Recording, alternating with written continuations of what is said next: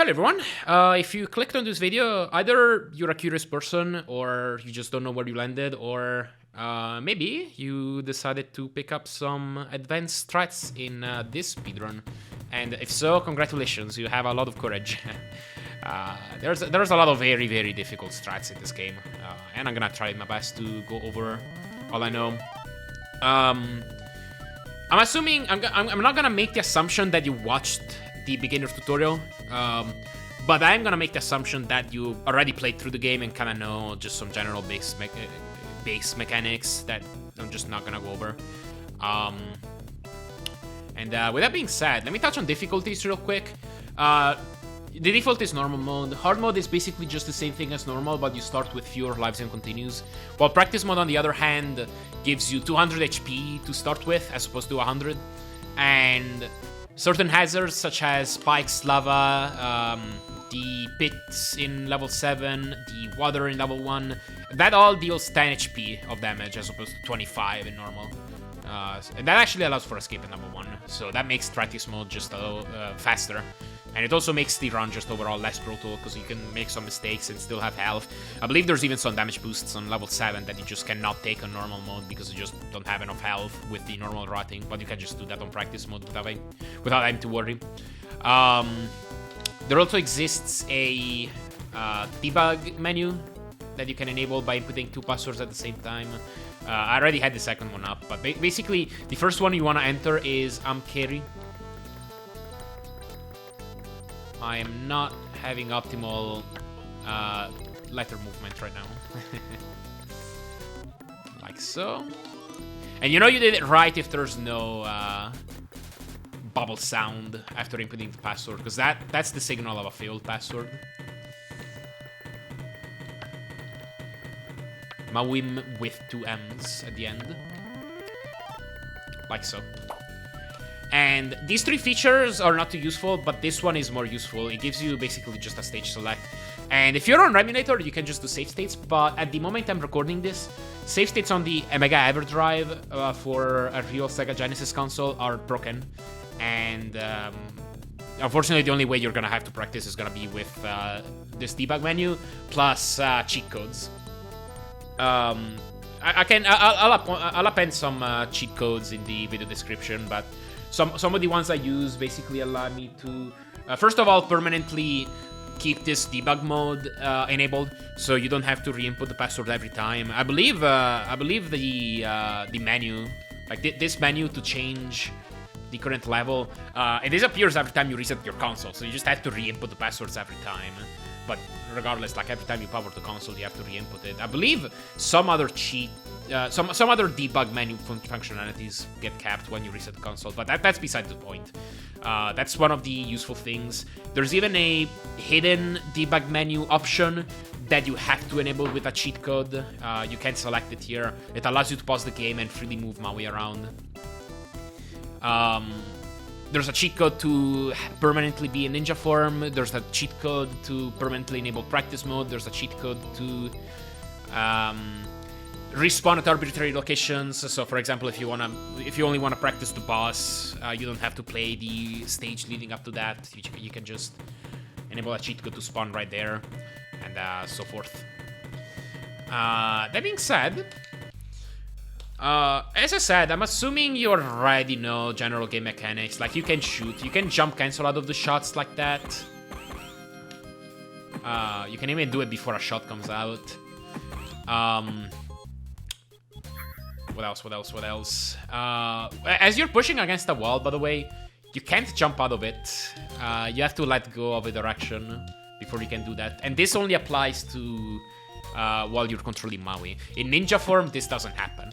You can just jump in this situation, but you have to let go of the direction before jumping if you're pushing against the wall like this.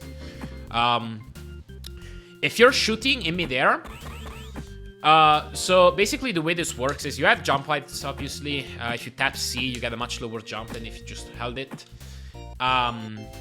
If you shoot in midair, you can turn a low jump into a high jump, as long as you let go. If you shoot early enough after letting go of C. You can get a low jump by delaying your shot just enough, but you have to be careful because towards the peak of your jump, there's a frame that just eats your shot. As you can see, like sometimes I'm pressing B visibly in the controller. Right there. That was one example of me trying to shoot but not working. There's just one frame that eats your shot. And that's towards the peak of your jump, so avoid shooting around the general area unless you really have to. In midair, so basically you can auto-fire like this on the ground, no problem. But in midair, when you want to auto-fire while shooting up, you cannot auto-fire for the first shot. You have to let go and repress, unless it's during the descent of the jump. Then you can auto-fire an upshot as well. That only applies to an upward shot. It's pretty weird, as you can guess as a sane player of video games. Yeah, you can jump cancel your shots by continuously tapping down. As you're crouching, basically you can uncrouch, and that's what allows you to refire your next shot sooner. So you have to focus on the release of the D-pad, not on the press. And that's gonna come in handy on a couple spots. Oh yeah, you move slower in midair while you jump, so it's faster to just run on the ground. And every time you have to jump, you wanna do it as low as possible. That's gonna be a key optimization throughout the entire run. There's technically a small piece of tech that I have not currently implemented in real time. And basically what it is that when you jump, you can let go of the direction for exactly one frame. And so Maui normally moves at 3 pixels per frame in midair, but if you let go of the forward direction for just one frame, normally you decelerate, but you can decelerate, and as long as you just release the D-pad for one frame, you can reaccelerate to 3.063 pixels per frame or something like that. And you can basically gain a pixel per every jump by doing this. I have not yet implemented this. It might or might not be worth doing. If you feel like picking this up for every single jump, go for it. I just want to let that be known. While you're neutral jumping, you jump just a little bit higher than with a forward jump. And this applies to being here on the ground, standard, as well as being on the bungee jumping rope in level 5, as well as being underwater. And so yeah, keep that in mind. That's gonna be useful for a couple jumps. And the last thing I want to touch on is that if you're neutral jumping, you'll move at a certain speed horizontally if you're already going into the direction you were facing initially. So like I'm facing right, initiating a neutral jump, and then holding right, and I'll move at this speed.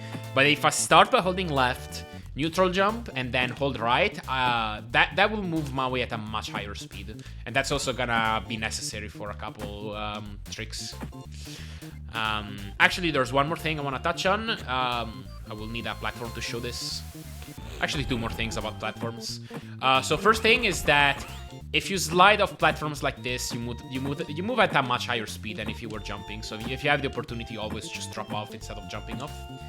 And the second thing I want to touch on is that this is a pretty hidden piece of tech that I don't think is worth doing. But basically, if you land at the edge of platforms, there's a mechanic where the game just kind of tries to magnet you a little bit farther into the platform, and you can gain some pixels like that. It's pretty unnoticeable, but it is present, and you could save a few frames by doing this all over. It's pretty tricky. But I guess that's that for Maui. I'll explain some general tricks as Ninja. There's some actual glitches that you can perform as Ninja form, but I'll go over them as I reach that. So with that being said, let's start with level 1. You'll just move right at the start. This wind area just slows you down if you jump, so just hold right. There's nothing else you really want to do here. Once you're here, you want to jump and shoot to kill that enemy. Drop off through this. Then jump here. You want to do a low jump.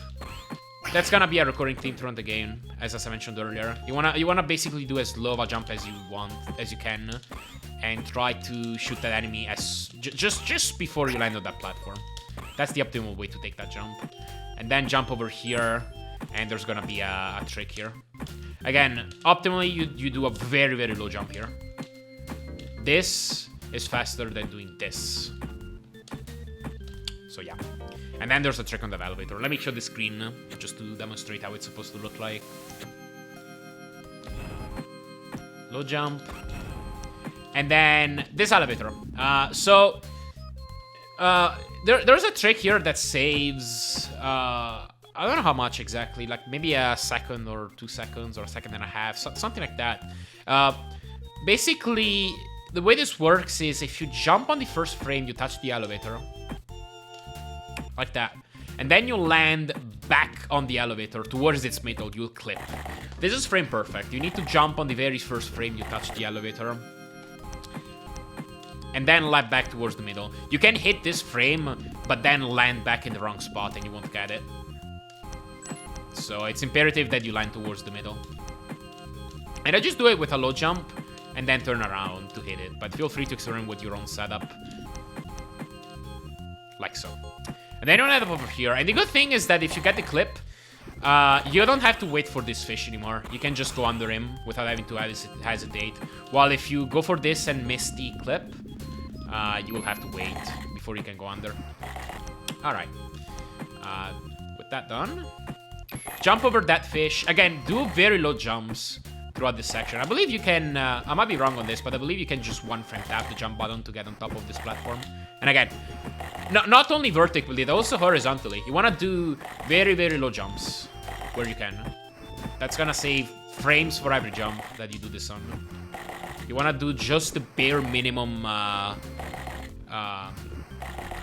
of a jump. Basically, you want to jump as low as possible for every jump. I think you get it. You're not stupid. I'm stupid. Let's move on. Once you get to this section, you want to jump and shoot to get under the spider. Shooting in midair will shrink your hitbox so that you can just go under him. I'll reload this save state. So like that. Dash off, jump into this hallway, and you should be able to get past those crushers. You want to jump right before getting hit by these by this last crusher, so that you don't you're not subject to the animation where you get crushed. Taking damage in midair is faster in this game than taking it on the ground, because taking it on the ground gives you it basically puts you in an animation state where you're just stuck for a while. Not just under that crusher, but even here. Like that. So... And once you get hit by the Lex Crusher, you'll also get iframes and you'll be able to get through this fish, no problem. Once you're here... you want to jump on this platform, jump and grab this chain by holding up. Get over here, and you want to jump and shoot this guy. If you want to be safe, you can jump and shoot and land on this platform and then this one and then go over there. But I believe this is a 2-frame window where you can get on the edge of this platform, jump and shoot, and make it straight onto here. How quickly you do this initial set of movements will affect how easy it is to hit this guy. Because if you're a little bit slow, you can jump and shoot and shoot above him. Of course, it's hard to do on purpose, but yeah, sort of like that, I suppose. So you want to do this pretty fast to guarantee that you'll be able to hit him. And then get over there, jump, slide off that, and jump on these tiny platforms one by one. There's no need to collect any ammo. We'll do a faster kill on the boss that don't require collecting any of these bugs. Once you're here, you want to jump, do a tiny jump again, and shoot a shot on the descent of the jump to kill that spider. You don't want to collect that gold bar because it will bring you to bonus stage if you get all the way to the boss without dying. So you want to avoid it. Jump and shoot, slide off, and enter that door. Now, since this is practice mode, you don't have to grab this bug and make the platforms appear. You can just jump off and damage boost underwater. Optimally, you get to the very edge of this platform and do a pretty low jump. You don't want to do a 1-frame tap, you just want to do a generally low jump. The objective is to grab those bombs, as well as that firebug. And you should be able to just make it across in 4 jumps. Enter that door, and once you're here, I like to do 12 shots to buffer to basically offer myself before I know that I have to move off that tile. I like to kill that spider in the meantime as well. Jump and shoot that spider as well to kill it. If you don't kill it, you can just land and shoot diagonally. I think that might have been 13. That's okay. Once the platform is right about here, even earlier, you can board it and just barely make it onto this platform. Then you want to equip firebugs. Again, just low jumps as much as you can here. And here, there's a frame-perfect window coming out of this door where you can jump out of this door. And so you don't have to land back here and then here and then here. Let me see if I can get it at least one. There we go. Asking you shall receive. I hold up and right coming out of this door, so that's the shot that happens if I get it. But I let go of right pretty soon too. And once I do that, that should kill one of the spiders. And then I can stop in place very briefly, because if you move around and shift the camera, if you have a chaser shot, that could change whether it hits or not. And you do want to stand in place briefly, just a tiny amount to make that shot hit, in my experience. And then do a low jump and kill that spider on descent. If you don't get that jump, just... well, you want to let go of up pretty soon, so they can actually move. And then just jump up and shoot another shot just before you land on this platform. And you should be able to hit that spider. Like that. That's what it's supposed to look like. And make your way over here. Land on this tile. You can crouch to dodge the hit from this crusher, because it shrinks your hitbox just a tiny bit. And once you're here, you're gonna wait till this moving platform moves just past the platform, and that's your cue to go. Hold right. Try to land on this while falling. Falling is optimal. It saves just a few frames, but it's faster than jumping on this. Fall. Come over here. Shoot a firebug just before landing on this platform, and then immediately jump and damage boost on that spike. This is what it's supposed to look like at full speed. Like that. You can also do a door jump here, but it doesn't save any time because you can't reach this top platform. So you have to land, hold up left, landing on this platform, or landing, exiting this door. Shoot a firebug. Immediately let go of up so they can start running and perform a new forward jump to get on this platform, and then neutral jump up on this platform and go. You want to jump and shoot that spider coming down. Then you want to jump into the spider to get iframes. And that'll allow you to get through the dart. Coming up. Like so. And then you can shoot again another firebug on landing to kill the spider. And then just jump into the spikes to damage boost and skip the puzzle in that room. And then you're free to go onto the next screen. Alright, for the organ climb... it's pretty straightforward for the start. You want to follow these holes in order. Come over here. Jump onto that hole. You want to get that firebug. You can do this movement in one go without having to land on that on this hole first. So like that. Just get the firebug and then jump straight on that hole. Kill the spiders like so. And then once you're here, you have the option to... jump on this hole and shoot a shot on landing. So this is a tech that you can do on organ holes. If you're holding up and firing a shot, as long as you land on the hole during a certain frame on animation, it's gonna be hard to pause on exactly which one. A little bit later than that. I believe it's this one. But as long as you land on the organ hole during that frame of animation, you should be able to gain just a little bit more height. You normally wouldn't be able to make it here. But if you perform that shot, then you are. And that'll allow you to skip the hole on the right.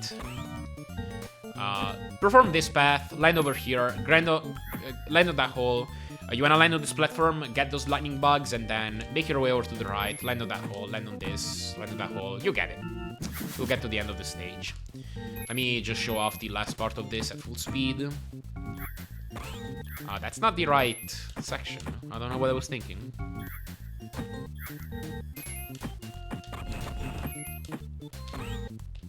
Missed. I can retry. Like so. And then you want to equip bombs coming into this bus. So, bombs, just for some data, firebugs deal 2 HP of damage. Okay, let's start with the basic gun. The basic gun deals 1 HP of damage. The spider has 90 HP. The firebugs deal 2 HP of damage. And so do the lightning bugs. The lightning bugs also deal 2 HP of damage. Combining lightning bugs plus firebugs to form what I call the cross shots, or the X shots. These deal 3 HP of damage in the Brazilian version. While bombs deal 4. And sometimes bombs can double hit. I don't understand how they can double hit, but sometimes they'll deal 8 or even 12. I've seen them. It's pretty bizarre. But basically, ideally, here at the start of the fight, you wanna equip bombs, fire 2 shots before falling. You can't auto-fire bombs while in midair. So you will just have to time the first 2. Like this before landing. And that should hopefully double hit. And then once you land on the ground, you wanna start holding B and try to perform these crouch cancels. And that should hopefully hit a bunch of times. Again, you wanna basically just start by the premise that you're holding down, and then focus on the release of the button instead of just trying to time a whole bunch of down presses. And then once you're running low on health, on bombs rather, basically these bombs are gonna miss once he gets high enough. So unless you're really fast on your crouch cancels, you're not gonna get all 10 bombs off and have them hit. So usually, like, you wanna wait till you're down to like 2 bombs or something, and then take a step back, equip the cross bugs, and then unload. If you get a really optimal unload on the bombs, he's gonna die right now, like before even landing. It's pretty hard to achieve though. A more typical kill would be more like something like this, I suppose.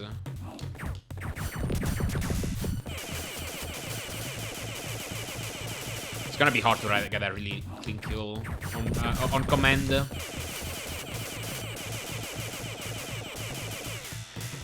But yeah, basically, like, these have more potential over just using the lightning bugs plus fire bugs, and you have to collect more bugs throughout the level if you want to skip having to use bombs. So it just ends up being typically slower. Although bombs also do have the potential to get a slower kill if you don't do it correctly. So it is a bit of a gamble, but bombs have the highest potential out of all of them. And another thing to note here is that as you're ending the fight, you can see that if you keep shooting after he's dead, a bunch of projectiles are gonna stay on screen and it's gonna lag the game pretty badly. So ideally what you do is you get a feel for when the boss should die, and then you stop shooting. Like, you just kind of want to predict when the boss is gonna die by getting a feel of how good bombs were. Yeah, hero were pretty bad, so I'm probably gonna have to keep going a little longer. And yeah, now he's dead. You'll get the feel for it. Basically, if you stop yourself from shooting, you'll be able to avoid a whole bunch of lag and save a decent amount. The game lags pretty bad if you keep shooting too long. I think that about covers it for level 1. There is... I just want to point out that, I mean, this is stupid to even cover, but there exists a TAS-only clip in this screen right here. It's very, very specific. Like, you basically just want to drop straight down like this, and then at a specific frame, hold left for a specific amount of frames, and then tap right for 1 frame. Something pretty silly. I've never even come close to getting this in real time once, but it is theoretically possible because this could save 20 seconds or so somebody ever ends up finding a setup. It kind of looks like this area of the level is like glitchy to where like it would allow for a wall clip, but that's where I've tried doing stuff in this corner so much and I just couldn't find anything.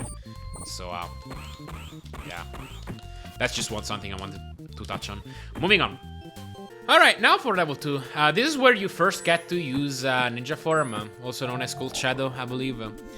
I'll take a moment just to explain some tricks that you can perform as Ninja. So, first of all, you transform into Ninja Form by holding the A button. And you can morph back into Maui by doing the same. The key thing is that if you crouch and hold A, you will skip that animation that I had to sit through earlier. And that obviously saves a lot of time throughout every time that you're gonna have to transform back and forth in this game, which is a decent amount. Another thing is that basically the way this transformation thing works is that I believe there's a timer that counts up to about a second or something like that, 64 frames. I might be wrong on the exact frame data. But basically, if you stand still and hold A, after the timer has finished counting, you'll morph. Same thing if you morph back. But this timer only counts if you are standing completely still. If you are moving like this, holding stuff on the D-pad, left or right, up or down won't affect it, but if you're moving, it will still count up, but only up to a certain amount. I think up till like about half of it, like 32 frames or something like that. So right now, the timer is capped at 32. I might be saying the wrong number, but it's capped at a certain value. And once I stop, I'll be able to transform a lot faster because it's gonna count up the other 32 frames if it's the right number. So keep that in mind, basically. If you wanna do a quick transformation on the fly, like say I wanna transform right up against the wall, I can start holding A right now and then let go once I reach it, once I reach the destination. Or you can hold A before making a jump and then release it in midair and make it right then and there. Like that. So that's a pretty cool tech to keep in mind. And then, well, Ninja Form can jump cancel out of attacks, just like Maui can. And you can do something like this in this pattern, where you can just jump cancel a grounded attack and lead it into an air attack. That's gonna be useful on the final boss. You can do these grounded hits. Once you get enough red tokens, you'll be able to unlock combo hits. So I'll be able to press B and lead this into more different basic attacks. And that's also going to be useful in the final boss. But if you die after having collected the red token, you will lose one hit of your combo. And you'll have to collect another red token to gain that combo hit back. As Ninja, you can also dash by holding A and double tapping the D-pad. But if you're double tapping, the tokens will obviously count down a lot faster. And then the major thing is that there's two separate glitches involving the token count. If the token count is about to hit 0, you're standing completely still, and right before they hit 0, you start a neutral jump. As long as the token count runs out during the ascent of a neutral jump, well, it doesn't have to be a neutral jump, but during the ascent of a jump, you can release and repress B to do a double jump, like so. You can consume tokens more quickly by dashing around like this. That's the fastest way to do that. Technically, all that matters is that you release stuff on the D-pad the moment before you double jump. So you can make a forward jump, you can hold a direction during the jump. As long as right before you run out of tokens, you release the D-pad. You can technically still make this happen by holding a direction, but then the double jump becomes frame perfect. And you cannot double jump at all during the descent of a jump. That's just straight up impossible. So if you jump too soon, you just won't make it.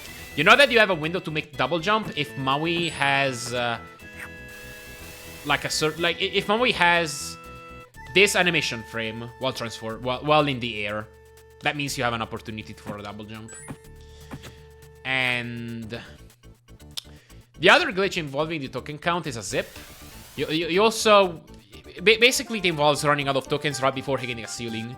And so what ends up happening is that you'll transform back into Maui. And that change in state, I suppose, will make you zip. I'm not hitting it. I'm going too soon. Or too late, rather. Like so. That's the zip. Basically, you just run out of tokens. One more thing that I forgot, actually. Throughout the game, you will encounter these hooks. I'm sure if you play the game, you know. But, like, I just wanted to explain real quick how they actually do work. Once you grab them, you'll enter this animation cycle. You'll just go back and forth. And depending on the exact frame you jump off this swinging animation, you'll get different heights. So, if I jump pretty late, I'll get a very high jump. Like so. That's a little bit lower. That's still a little bit lower.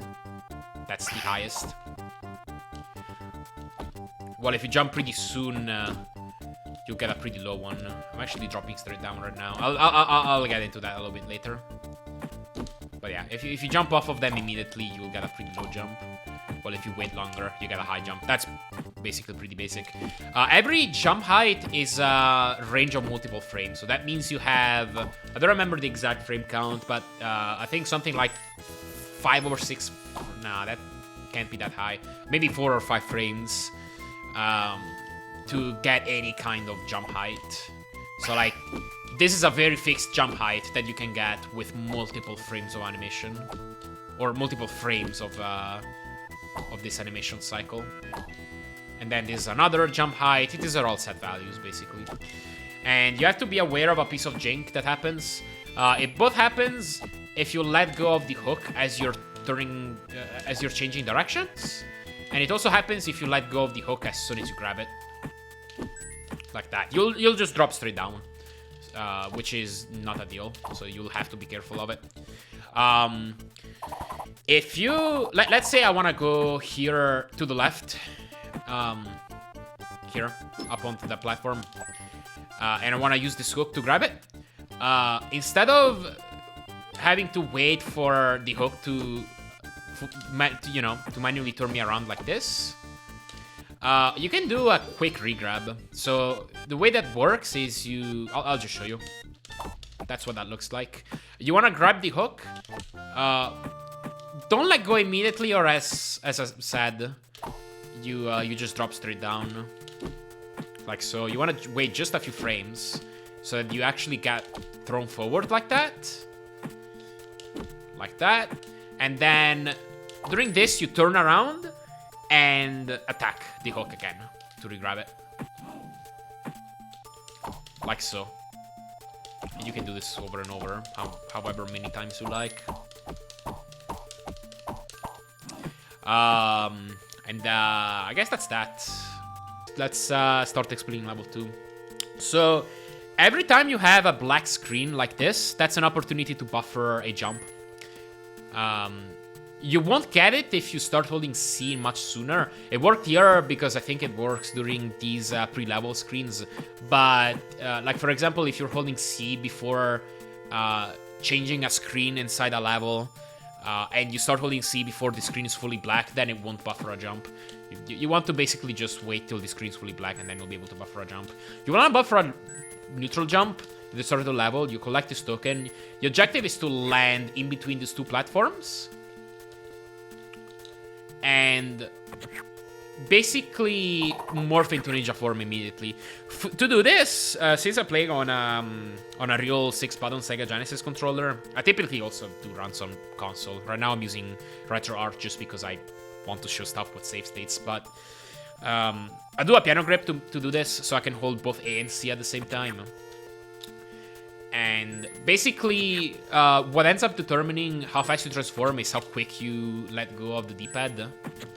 You don't want to let go too soon, otherwise you end up sitting through the full transformation animation like this. Even if you buffer down, the fact that you let go too soon makes the timer reach 64 or its cap before you even land, and it's just gonna buffer the transformation as soon as you land. So basically, you just wanna tap right late enough so that you don't get that, but also early enough so that you start counting that timer up from 32, so that it ideally hits the maximum value as soon as you hit the ground, and you get a pretty fast transformation. And you want to crouch just so you obviously cancel the animation. Once you do that, dash left, and you want to end up over here. Ideally, you will run out of... You'll get pretty low on tokens once you're here. You want to aim for like a low digit in the tens. Yeah, something like that is pretty good. And then you can attempt the first first trick of this level. That'll allow you to skip this entire screen. This is a zip that leads into a double jump. So let's break it down at the basic level. Basically, you just want to grab this hook.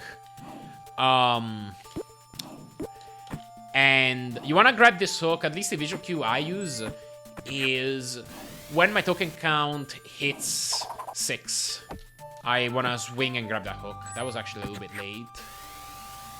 So start jumping just a little bit sooner. And when it grabs 6, when it hits 6, I aim to hit that hook. Then I aim to jump off at the highest point. So basically just as late as possible during that swing animation. And as you can see, that already leads into a zip.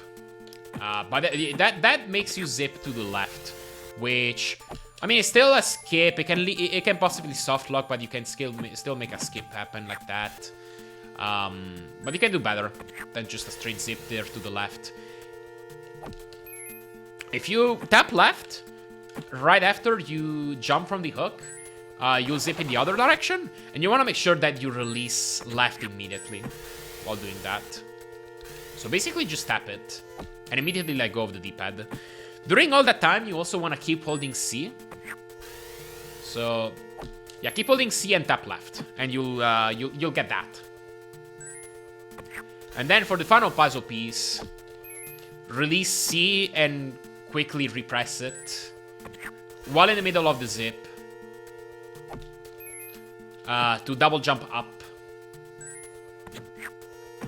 And you should poke out of the spikes like that and into here. That's all pretty complex, but it actually winds up being pretty consistent once you get the hang of it. Like so.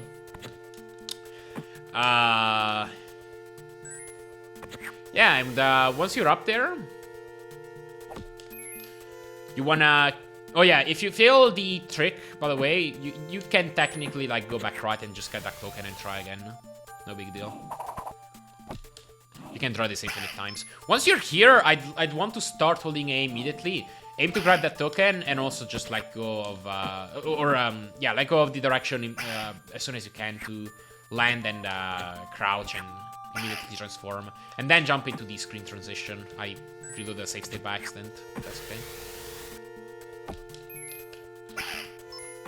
Like that, and then just jump into the door. If you're really optimal on the zip, or on the double jump rather, double jump timing is what determines this. You can land on top of this and then just dash into the door. That's a little bit better.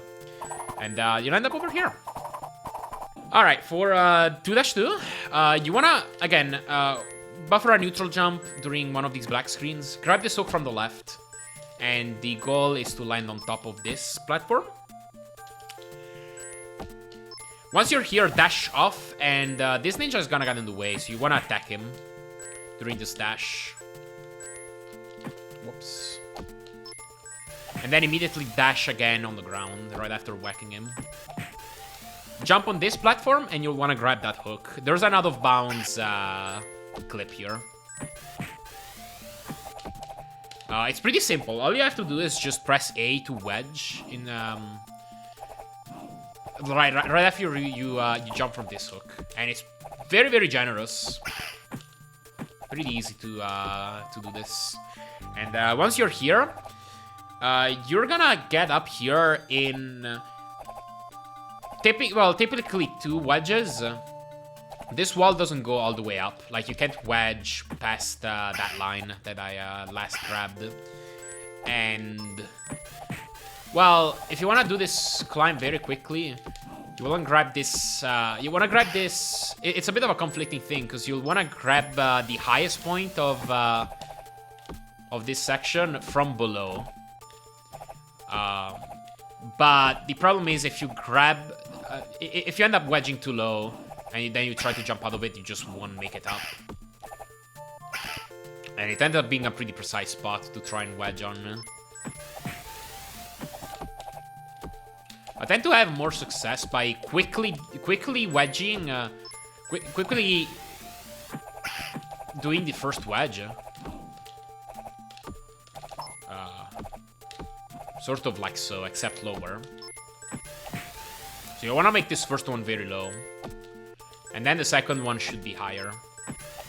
And you should ideally land in the perfect spot. By the way, holding the C button for longer after coming out of one of these things doesn't do anything. You can one for tap it, or you can just hold it as long as you want. You'll get the same exact jump height. Same thing with hooks, actually.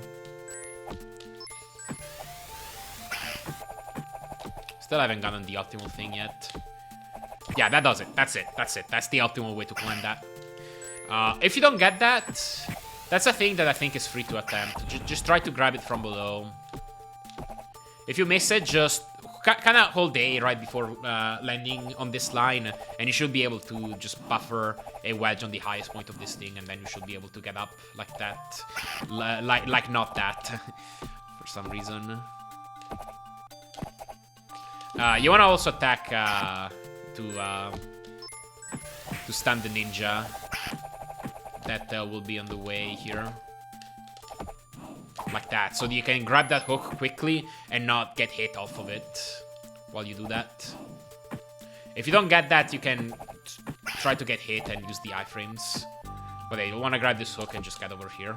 And that's the end of the screen. You can dash into this door. There's no need to jump towards it. The trigger extends all the way down and you're able to touch it just with a dash. So let me just do it once to show what it's supposed to be at full speed. Like so. Pretty short screen. And then this is this is a pretty tricky screen. So you're gonna encounter these swings on this screen. These ones. The position of these is based on a global frame counter. So they're based on how long it's been since you started the run. I believe since you started the console, but if anything, just since you started the run. And basically, unless you know the exact pace that you're on entering the screen, you're not gonna be able to predict the position these swings are gonna be at. Like, it's precise down to just a handful of frames, so it's pretty hard to really know.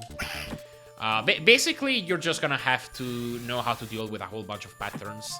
The way I open up the screen is by just dashing here, walking a tiny bit on this platform, jumping on this platform and then dashing off twice and trying to stun this ninja on the way as well. I also piano grip this section typically, so that I'm able to use all three buttons at the same time. And in this case, if I see a platform, well, typically I just like jump and go for it. If I see a platform on the far right like that, I try to gamble and go for it. It's not always possible or easy to make that jump, but I try anyway. But yeah, if you see that platform on the right, you can board it early. And just, you know, make it over, obviously. If it's on the far left instead, you'll have to take a hit. And there's a different strat for this. You'll want to wait a bit, take a damage boost on the spikes as you're getting off. Like, about when the swing is on the right, like that. Reason being is because you're going to use the iframes to go through the next swing. I know it's going to be a little bit confusionary, but these swings are all over the place. Yeah, take the hit, jump, whack that ninja, and then you're able to go through that swing. You're gonna able to go through that first spike, and you'll take a hit on that spike, and then you can jump over like that. Let me see what I got here. Okay, yeah. Let's do this again. Take the hit. Sometimes you get that to happen, and then it becomes a little bit more tragic. Ideally, you don't dash all the way over. That can also happen sometimes if the swing was on the very far right. You can just take the hit off that spike and land straight on the platform.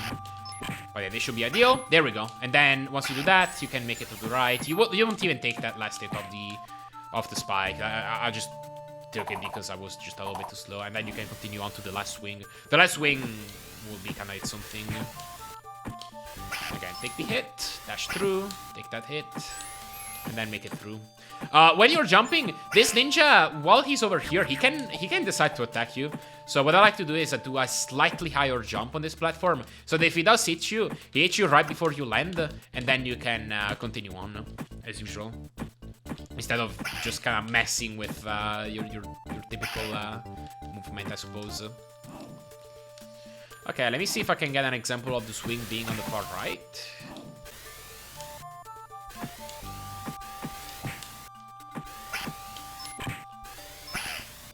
Okay, there we go. So that's the far right pattern where you boost off the second spike. And then at that point, if you're quick enough, you are safe to use the iframes to, well, first of all, go through the ninja, but also go through the second swing if it just so happens to be on the left. You'll be able to boost through the first spike. That was not the example that I wanted to show, but you'll be able to boost through this first spike, just like I was trying to go there, to do there, and continue on with the rest. And I believe that about covers it for the first two swings. The third one is a little bit more simple, I suppose. Basically, you just go here, try to jump forward, and if the swing is on the far left, you can board it early, like that. While I don't have a save state for this. While if you don't see it, come just turn around, hit that ninja, and then jump forward, and it should be there. And then you're gonna board it. And once you're here, you can dash through this whole thing, jump on this platform, and so you land up over here. I do want to quickly note that there is a clip you could do here. Straight from this platform, you could clip into that ledge and fall straight down, but it's very, very, very hard to do without a setup. It saves a little bit of time. I have not managed to find a setup to do it that specific method. What I have found a way to do is from here, once you're here, once you get far enough, the camera will lock like this, and you can use this by dashing forward and then quickly dashing back. And the camera will push you into this wall, and you'll be able to clip through like this. What you want to do is dash left, immediately start holding right, and then once you're done enough, you want to tap left and press A to wedge against this wall. And then obviously you get off. Immediately repress A as soon as you press C. If you wait too long, it's very hard to do on purpose, but very easy to do on accident. Yeah, you'll just wedge again, but this time more out of bounds, and you'll just die. So as soon as you wedge, start holding A again, and start dashing it immediately as soon as you get off that wall. Sometimes, kind of like it looked there, you'll get a really good clip that will send you a lot farther forward, and they'll allow you to do this without having to wedge. It's very hard to do on purpose. Maybe it's easier if you just walk there, I'm not sure. But obviously slower. But yeah, I call that a wedgeless clip. Yeah, that kind of looked like it.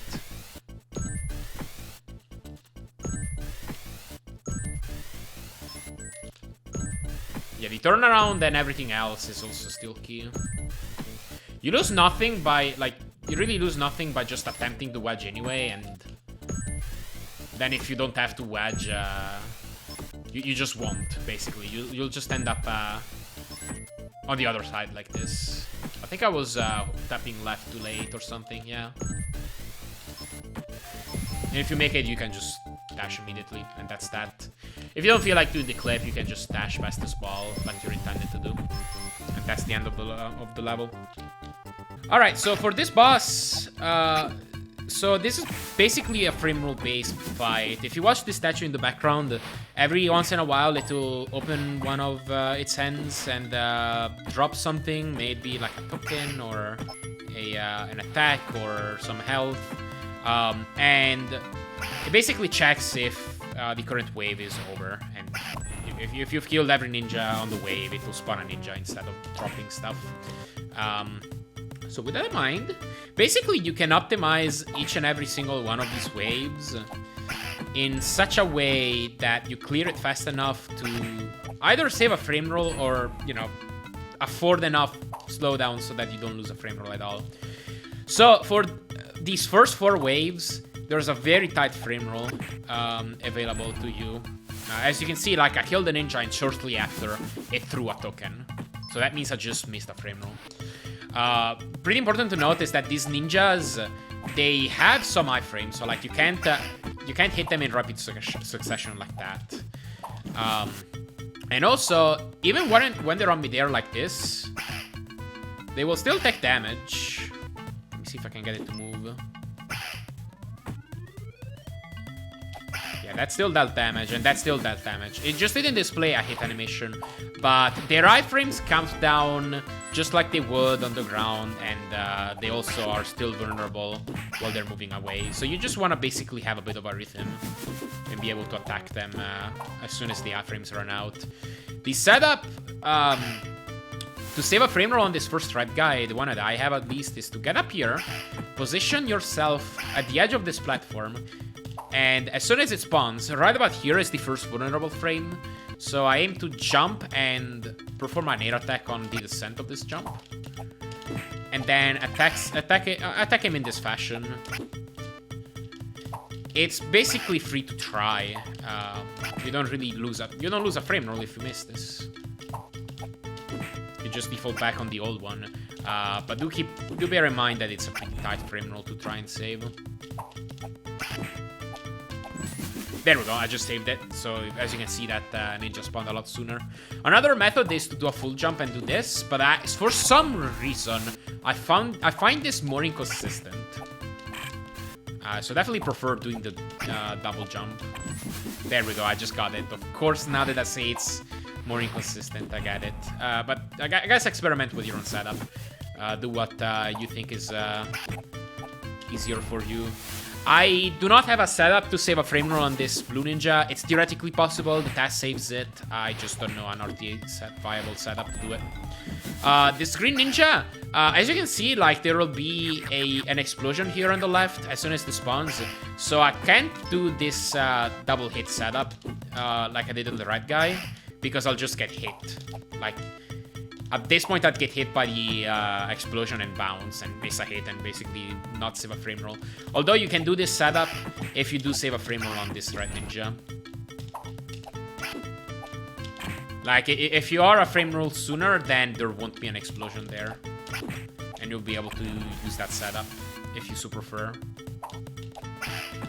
Otherwise, you could try and go for the frame roll on the green guy by doing that single jump method. Like, so, well, I was a little bit too late, but I was trying to basically just full jump and do this. Air attacks are pretty useful against these guys, because they're the ones that basically allow you more mobility. Of course.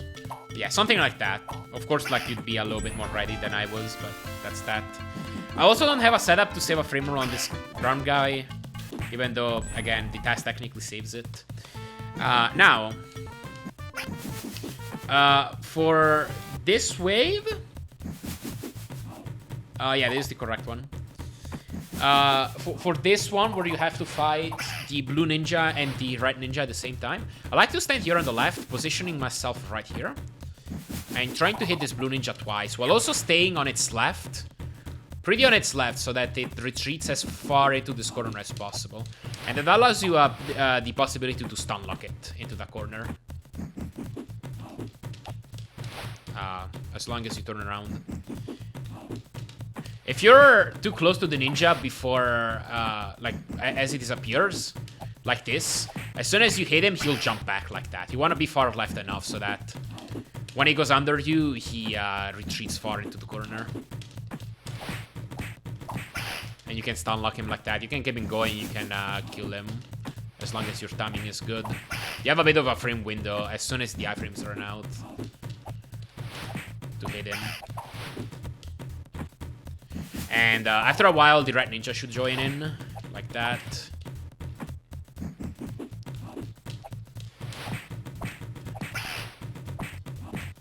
And as long as you're fast enough, it's pretty generous, but kind of tight at the same time. You can still frame roll here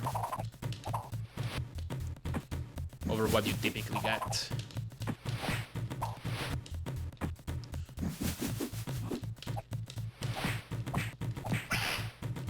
Like so. Yeah, so like in that case, I just missed it because I missed a hit on the blue ninja.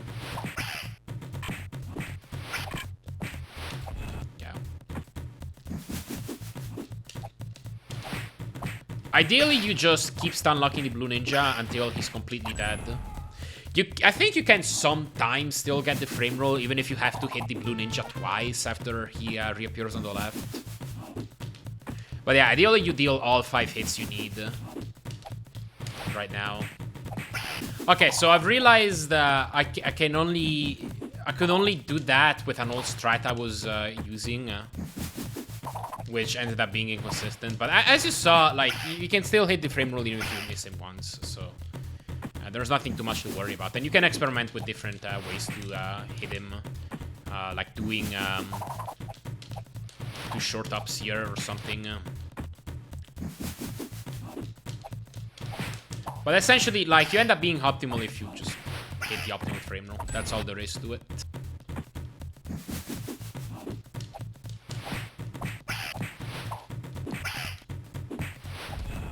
There we go. So moving on to this phase, this is a green plus brown ninja. So the way you want to handle this is to stand just right of the green ninja as it's spawning, just about here. And right before it's about to land, you'll want to do your first jump hit. Or at least that's the strat I'm using. You can come up with your own as long as it hits the same frame roll. Again, this is just what I use. Right as it's about to hit, to land, jump and attack, and then re-attack on landing, like this. You basically want to wait till this brown ninja dashes into you. And then you can get hit by it, or just let it slide below you. But the important part is that he ends up in front of you like this, so that you can finish off the green ninja while you also start hitting the brown one at the same time. If he ends up slipping away from you and jumping left, you can wait till he starts dashing so that you can stun him. Like so. That missed the frame roll though. Like that. And I missed the frame roll, unfortunately, also. You want to wait until they get hit to attack, obviously, otherwise the attack will get cancelled. And that being said, let's go ahead and explain the black ninja. Alright, so this, he starts with 5 HP, like the other ninjas. You wanna stand here on its left first and start attacking him, so that he'll end up basically on your right as you hit him. Sometimes he'll maybe like dash under you or something like that. He has a bunch of different attacks he'll select at random, to my knowledge. They won't really matter if you attack him well, though. And once you hit him 5 times, he'll split up into 2 copies. One of them is real, the other one is fake. And the fake one is always the one that spawns higher. So as you can see, these 2 yin-yang idols, or symbols, one of them is a little higher, the other one is a little lower. The fake copy is always the one that's higher. So this one is the fake one. The fake one has 1 HP, or, you know, dies in 1 hit. The real one dies in 3. Like that. And you only need to defeat the real copy to proceed to the next phase. So you can even ignore him, or you can just position yourself in such a way that it will hit both. Until the final phase, that is, which is this one. On the last phase, the last time they split, you need to kill them both before you can proceed. As you can see, the fake copy stayed alive, but I need to kill this one to be able to continue. I believe he splits up 4 times. I might be saying the wrong number. Or 3 times, rather. Yeah, that's 1. That's 2. Yeah, there's 1 more, so 3 times. And I believe I just hit the optimal frame roll as well. The final sequence is also tied to a frame roll. So how fast you clear this determines the end of the fight. If he retreats into a corner like that, like let's say he comes over me and like he's here, you can use these crouch attacks to hit him conveniently, like that. And I believe that about explains it. There are some frame rolls that I just don't have a setup for at the moment. And that could potentially save just a few more frame rolls on this fight. But other than that, the idea is to just try and attempt as many frame rolls as you can save. And just obviously fall back on the previous frame roll if you can't hit them. This ends up being a pretty big time swing, depending on just how many you can hit. Because every frame roll is like 3 or 4 seconds just about. So it's pretty relevant. Alright, level 3. So the first thing you want to do starting the level is you want to jump to damage boost through this Muddrake, and you want to make sure you grab those lightning bugs up there. And you can do that simply by just, you know, doing a standard jump. And it is theoretically possible to jump and shoot this Muddrake and, you know, get past him just a little bit quicker. But then grabbing this lightning bug becomes inconsistent. So personally, I just do a standard jump to grab it. Then you wanna, coming into this section, you wanna grab this ball, and to do it consistently, you need to hold up while going through it. And you also need to jump, onto this ball sooner than you think. So like right about here is when I jump. So yeah, keep that in mind. Come through this section. Again, making sure like try and make your jumps as low as you possibly can. And then coming into here, you want to have lightning bugs equipped. What they're gonna do, at least my strat currently, is to come over here and do 2 crouch cancel shots like this. These I mean, if you do them far enough, they should hit these 2 Muddrakes once each. The objective is to take these out before you even finish going down through the section. Once you do this, you want to jump over this first one and fire an upward shot. And hope you can hit the mosquito at the top. There we go. And then coming into that, I just jump down that ledge and aim to... Well, after the damage boost on the first Muddrake, as you could see, I shoot the second Muddrake and try to kill it. And then jumping down this ledge, I killed that last Muddrake. That basically should get rid of both those Muddrakes as well as the mosquito at the top. If you miss the mosquito, like, it's not a big deal, but it definitely helps. Because then, once you grab that yin-yang, you can come up here, and usually that Muddrake is on the right. And you can hit it. I actually don't know why it was on the left this time. There we go. And yeah, like, if the mosquitoes stay alive, it's not a terribly big deal. You can just try and scout where it is and kill it. And then, because all of this is because the objective is to make a double jump there, as you saw. So you want to have a clear area here. Like so. But yeah, once you come down here, I start holding A right now with a piano grip, so that when I come into this area, I grab this first token and release right, so that I get a really quick transformation. And then I can just jump up and grab this hook and swing back up. And then, again, you're gonna try to kill that Muddrake at the top as you get off that hook. Any mosquito, too, if it survived.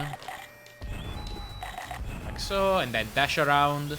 get low on tokens, and double jump. And I also start holding A around when the token count hits 3, which is a little bit sooner than I time this double jump. Since this is a pretty low double jump, I start my first jump just a little bit later. Because I like, you know, optimally, you'd land pretty low on this platform. So, like, I don't need to jump as early as other double jumps you do in other levels.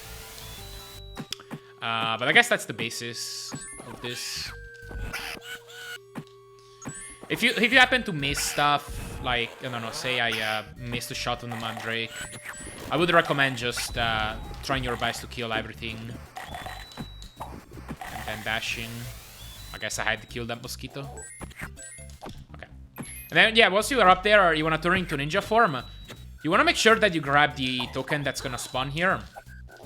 You're going to want to have about 200 tokens coming out of this. And then grab the hook. You can make this this jump with a pretty low swing. Like this, almost an immediate swing. And then you have a couple strats once you come over here. Oh, I don't have a save state for this. Give me a second. Alright, so coming into here, the strat I personally like doing is to basically just dash, stop right before this Mandrake, and jump attack. And ideally you'll land right into this funnel. And then from here, just jump on these platforms, jump, dash off of this, jump and let go of right. And start holding A. Actually, I believe a piano grip here. Yeah, because I want to be holding A the entire time. That's right. So right about here, I switch to a piano grip during this attack. You can switch to it earlier or experiment with your own grip. But basically, holding A from much sooner makes it so that once you enter the screen, you can hold A and down. And you immediately get this transformation. You get aided by the fact that this jump, even if you let go of right, as long as it's a forward jump, it's gonna carry you to the loading zone. You don't have to start holding down as quickly as I am. You just have to be holding A. And the cool thing is that you can even let go of A during the loading zone in case you want to reposition your hand and you're still get it. I think I let go a little bit too soon right there.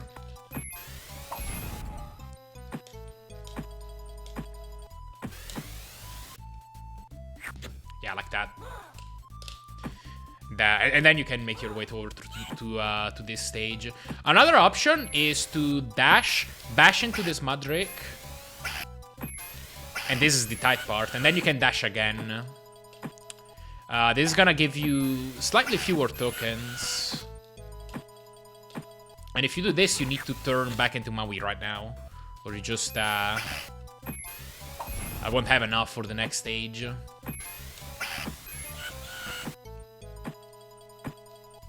So yeah, let go of right and then turn and then go. This is gonna make the mud in this screen more consistent, but it's very hard to time this damage boost, and it's basically about the same speed as this other strat, so I just prefer doing this jump attack. You can also do that jump attack strat and turn into Maui right here. It's slightly slower, I think, but that's an option too. But regardless of what you choose to do, you'll come into this next stage, and this is gonna be the hardest skip of the run, in my opinion. It's not that bad, but it's definitely like pretty rough, and you only get one shot at it. Let me load a save state for this. Alright, so if you came into here with the jump attack strat, you're gonna have to turn into... Well, not the jump attack stat, but rather like jumping into the loading zone. You're gonna come into here and like have to turn back into Maui. That's gonna take very little time. And then you're gonna wanna neutral jump on this rope, jump again, climb the rope a little bit, and then jump into the slide. You need that small climb, otherwise you won't make it. Like so. If you're already Maui, then you can buffer a neutral jump coming out of this and do all that stuff. But whatever strat you end up choosing. I switch back to the basic gun here. And then, well, the objective is gonna be to make a neutral jump over this wall. And that's the trickiest part. The moment leading up to this thing, I'll quickly touch on this. I start holding A from now. Then jump over that first mud. It always... basically, mud is on a screen timer. So as soon as you load this screen, it's gonna start running its patterns. And so as long as you do the level at a normal speed, it's gonna be right around here, and so you're gonna want to jump right around when you hit this HUD. And so I'll let go of right shortly after initiating the jump, turn into ninja, and then dash forward and up until this point. And then you're gonna want to jump and get rid of that Mandrake. Right here. Dash a little bit more just to get rid of a few more tokens, and now you should be at around 10. And what you want to do is basically just hold right, and you have a few options to do this double jump. If you wanted to do it manually, you'd want to, like, try to double jump, get a pretty high double jump, and then the moment you do make the double jump, you'll want to try and time right and jump at about the same frame. Doesn't have to be same frame, but that's like from my observations in testing, that's how you get the double jump, by like having a really high neutral jump and also being able to time this double jump so that you press jump and right at about the same frame. And that's pretty rough to time. There's an alternative which I prefer. It allows you to basically just hold right against this wall and still get a wide frame window for a double jump. Because normally, like, it will be frame perfect, as I touched on earlier. If you're holding right, the moment you perform a double jump, it becomes frame perfect. But the thing that makes this easier and viable is the fact that if you're in the middle of an attack right before triggering the double jump glitch, it actually makes it so you can hold right before making the double jump. And it will give you a wide frame window. So what you want to do is initiate the neutral jump. I start doing it when the token count hits about 3. Initiate that neutral jump. I hold B, the attack button. And then when the token count hits 0, you can make your double jump. Like that. And you know you did it right if the moment you make the double jump as Maui, he is in the grounded attack pose, like that. So normally if you fire a shot in midair, this is what it's supposed to look like. You have this animation frame while you get this one on the ground. And so basically the double jump glitch gives you the grounded firing animation in midair. And that's how you know you got that. Basically, it makes it so that you can hold right through the whole thing and not have to time having to press right and jump at about the same frame. You just have to worry about just timing your first jump correctly and making a high double jump. Like so. There's a variety of possible outcomes that can happen if you fail this. You could clip through the floor. You could sort of get soft locked.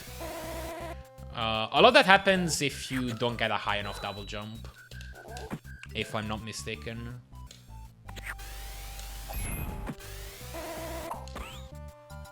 Yeah, so that's a soft lock. I let go of the double jump a little bit sooner, just to demonstrate, and that's what happens.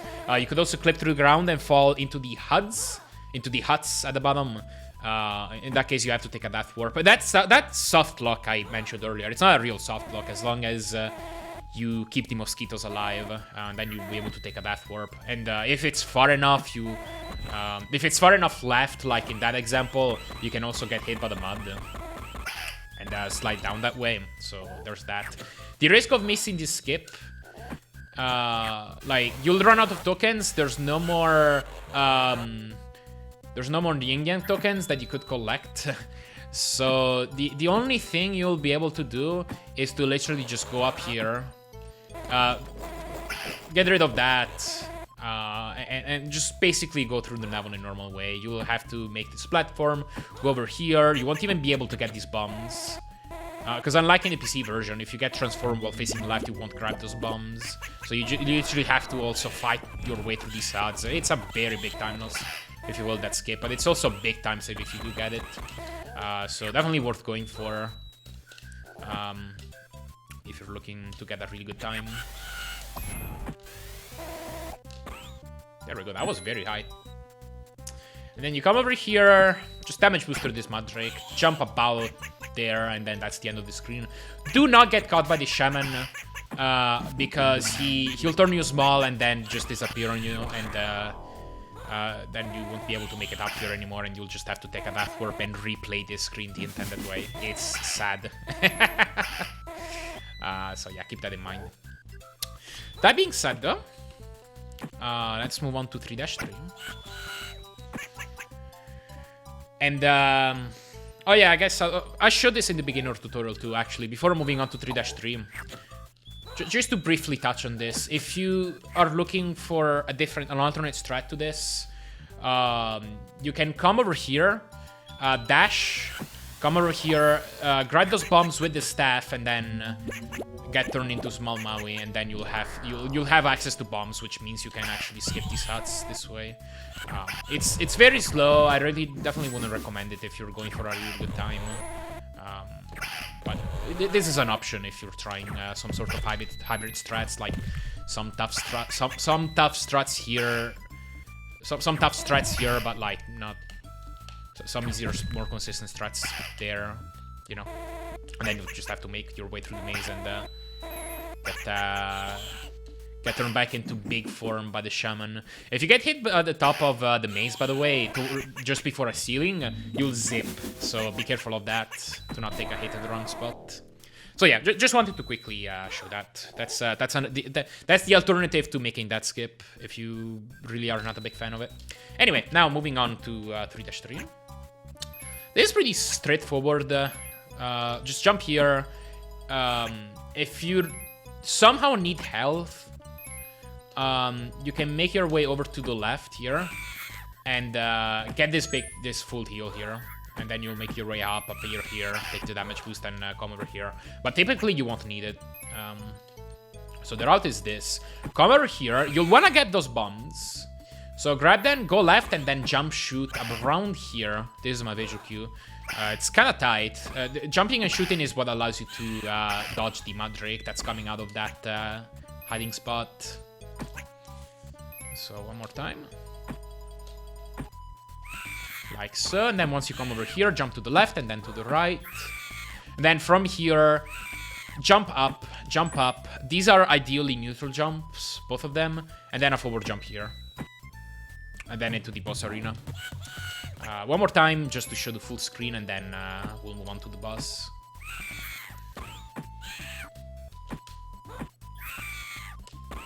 Whoop, didn't mean to shoot there. I think you got it, though. Alright, so the way this fight works is you have to fight 10 of these totems, and this is basically a frame rule-based fight. Once you get a totem to spawn, the next wave can't come in until you clear enough of these, enough fantasies on screen, basically, enough of these Mandrakes. So yeah, as you can see, like, I had to kill a few before this could start spawning. And these frame rolls get faster and faster in the later phases. So the way I handle this fight, personally, is for the first 4 phases, I just use the basic gun to clear the totems.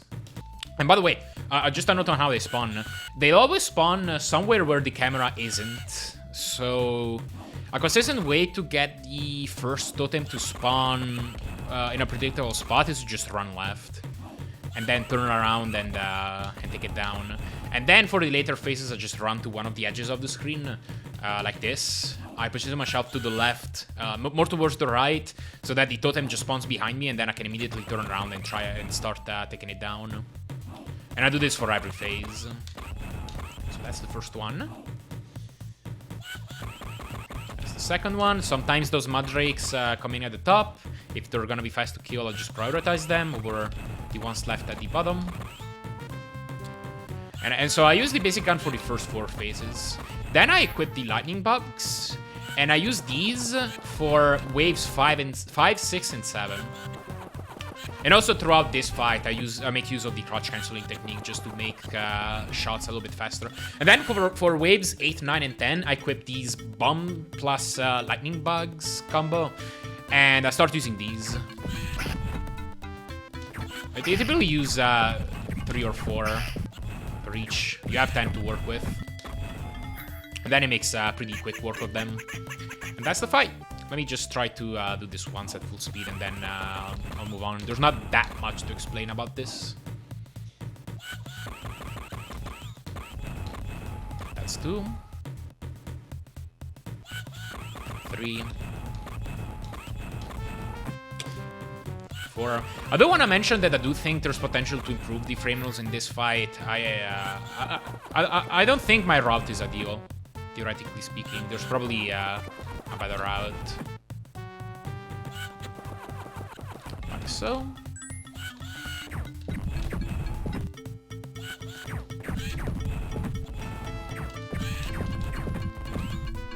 There we go. If there's any stray Madrix left at the end of the fight, you'll have to kill them all before you can finish the level. So do be ready to spot all the Madrix that have stayed alive and try to clear them. That's all. We can move on to level 4.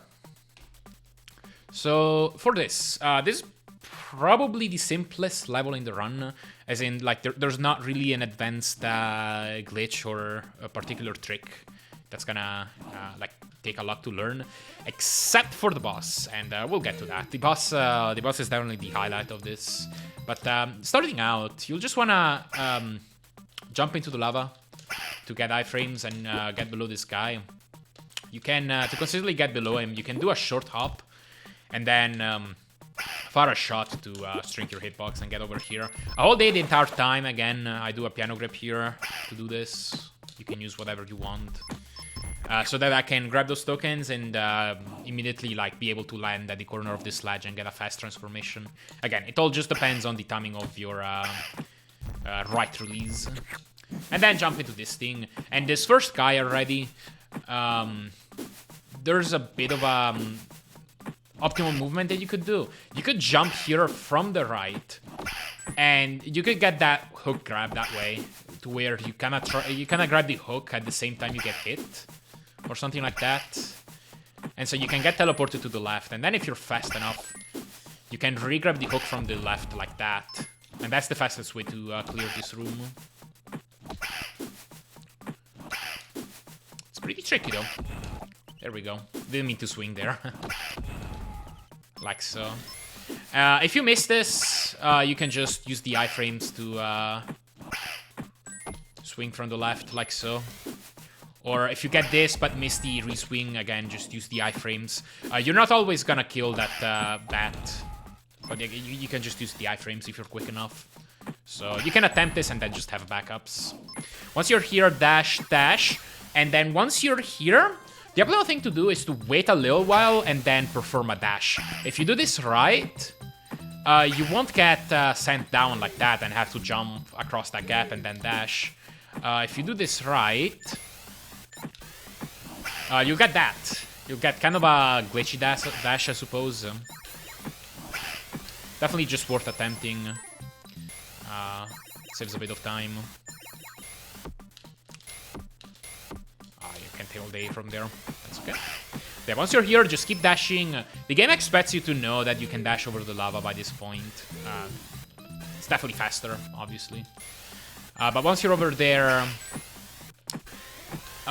this section is a little bit tricky. I'll show you the fastest way to do it is to approach this fire guy, this flame spirit. Cancel the dash, jump into him, jump attack across that gap, and that should hit this fire spirit once. And then using iframes, you should be able to jump up and grab the hook with the same attack that kills it. It's pretty tricky. But this is the fastest way. Like so. And then you'll come up here. This is a little bit of a detour, but it's worth taking because, well, there's a few things. There's a full heal. There's a health upgrade. But the most important thing about it is that there's bombs. And the bombs are gonna come in handy with the boss, for the boss. This bug right here. It's kind of hidden by the foreground, but those ones. So that's why we come up here. Another strat to take care of this guy would be to jump in place, double attack, like so, and then get rid of the bot that spawns. I don't think I explained how these bots with these bats spawn, but basically they just spawn every time you attack one of these guys. So his ninja form, like, you just perform one attack and there's always just gonna be one bat that spawns. If you're gonna pick up the basic gun as Maui, for example, and then just fire it down, you're gonna get a lot more bats to spawn. Basically, you just get one bat to spawn for every hit that they receive, outside of the finishing blow. But yeah, it is the fastest way. If you fail it, you can always just retry. You just take a little bit of damage and that's okay. And you'll just get a full heal here. So dash to the left, fall down here, keep dashing to the right, cancel the dash and jump across this gap. You'll get over here. That should be pretty self-explanatory. And then you'll just want to grab this hook. And then grab this hook right here. And you'll want to perform a quick regrab from the other side. I believe this might be the first one of the run. I touched on it in level 2 already. But basically, you want to get this low jump. You don't want to press C immediately as soon as you grab the hook. Otherwise, you'll just fall straight down, like so. So you want to just wait a few frames and then press C to get this, this jump. And then just turn around and re-grab the hook from the other side. Again, right after you perform the jump, you will also want to wait just a few frames to swing. Otherwise, you'll just get a forward swing. It's all just a matter of timing. You can't perform these actions all too fast. But yeah, just a quick regrab here. And then you land over here, and there's gonna be a damage boost here. It saves... I'll show you what the old way used to look like. You take damage there, take another damage there, and then come over here. Or slightly faster would be to... Whoops. Take the damage, and then try to kill that guy that way. And that's another way to get up here. That although is slower than this. You'll get over here, jump and attack that guy once. He's always gonna burp at you this way. And you can use this attack. Of course, I didn't time that well because I paused. But you can use that attack to damage boost up to that section on the right early. And despite having that pretty long waiting time, this still winds up being faster. And then you'll just land up over here, and you'll even have iframes to be able to just dash through that lava droplet.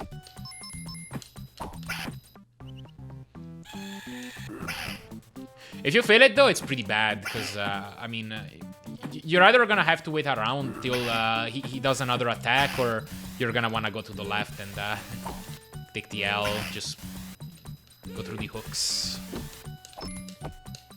It's a little bit risky, but this is pretty consistent. Sometimes you'll take damage from the bat. Don't worry about it if you do. Just stand here, and you'll be fine. Even if you do take a hit, you should have the iframes run out just before you would take the speed boost. I don't think I'll ever get it to happen on the save state, but yeah, but that was a case of going up just a little bit too late.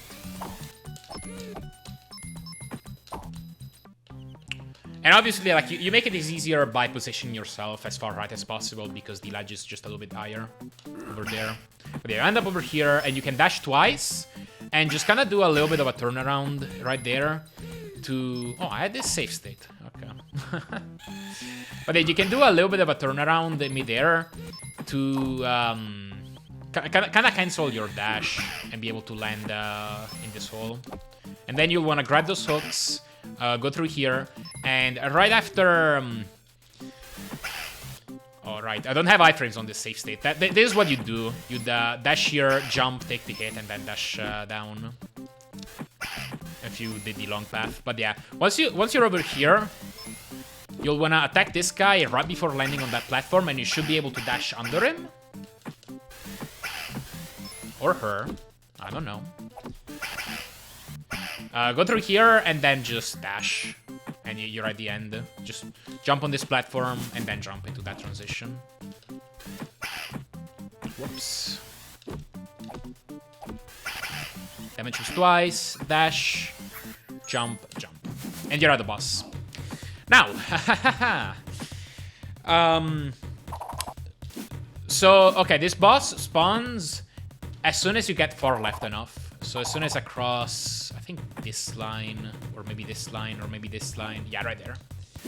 So the fastest way to spawn him is to get over here, try to land about there, and then just dash. You'll take a hit from the lava, but that's okay.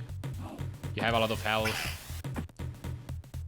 And, yeah, so this boss, I don't want to say, like, it's incorrect to say that its movements are entirely random, because they're not. They're based on your current position on the screen. But it's based off, like, such precise variances in position that it's pretty hard to control this boss fight. Like, to control where this guy goes. So basically, like, the idea is to just hit it with the staff. 2 hits will destroy one of its body parts, and as soon as it runs out of body parts and you just kill its head, you know, phase 1 is over. So what I have is sort of a script for it. So it's like just a sequence of movements I try to do that make this fight just slightly faster. Just because, like, I know what it's gonna do. It's gonna allow me to, like, kind of try to get some quicker hits. And ideally, it's also gonna end the fight on the left side, which is gonna save time in phase 2. You'll see why. But so what I recommend doing is maybe try to learn a sequence of attacks, but always just be ready to improv here. Try to rely on, like, air attacks as much as possible. If it's coming onto you, you can do crouch attacks. Like, if it's coming at you from below, you can do crouch attacks. You can do grounded attacks leading into air attacks like that. It's just gonna be something that you'll have to take D-fuel for. It's basically sort of an improv if stuff goes wrong. But that being said, I'm definitely gonna have to cut until I get the script once. But the idea is to position myself right around here. Alright, so once you're here, the boss is gonna become vulnerable right about then, when it like reaches the peak of its, like, ascent, I guess. So what I do is I just jump and try to hit it. And sometimes it's gonna go up, other times it's gonna go down. I don't know what it's caused by exactly. It's much more likely for it to go up. And that's what you want to hope for. If it goes down, I don't have a backup, I'm sorry. I just improvise, yeah. I just start to improvise at this point. Just kind of try to attack it when it becomes available. But that's about all I can say. I apologize.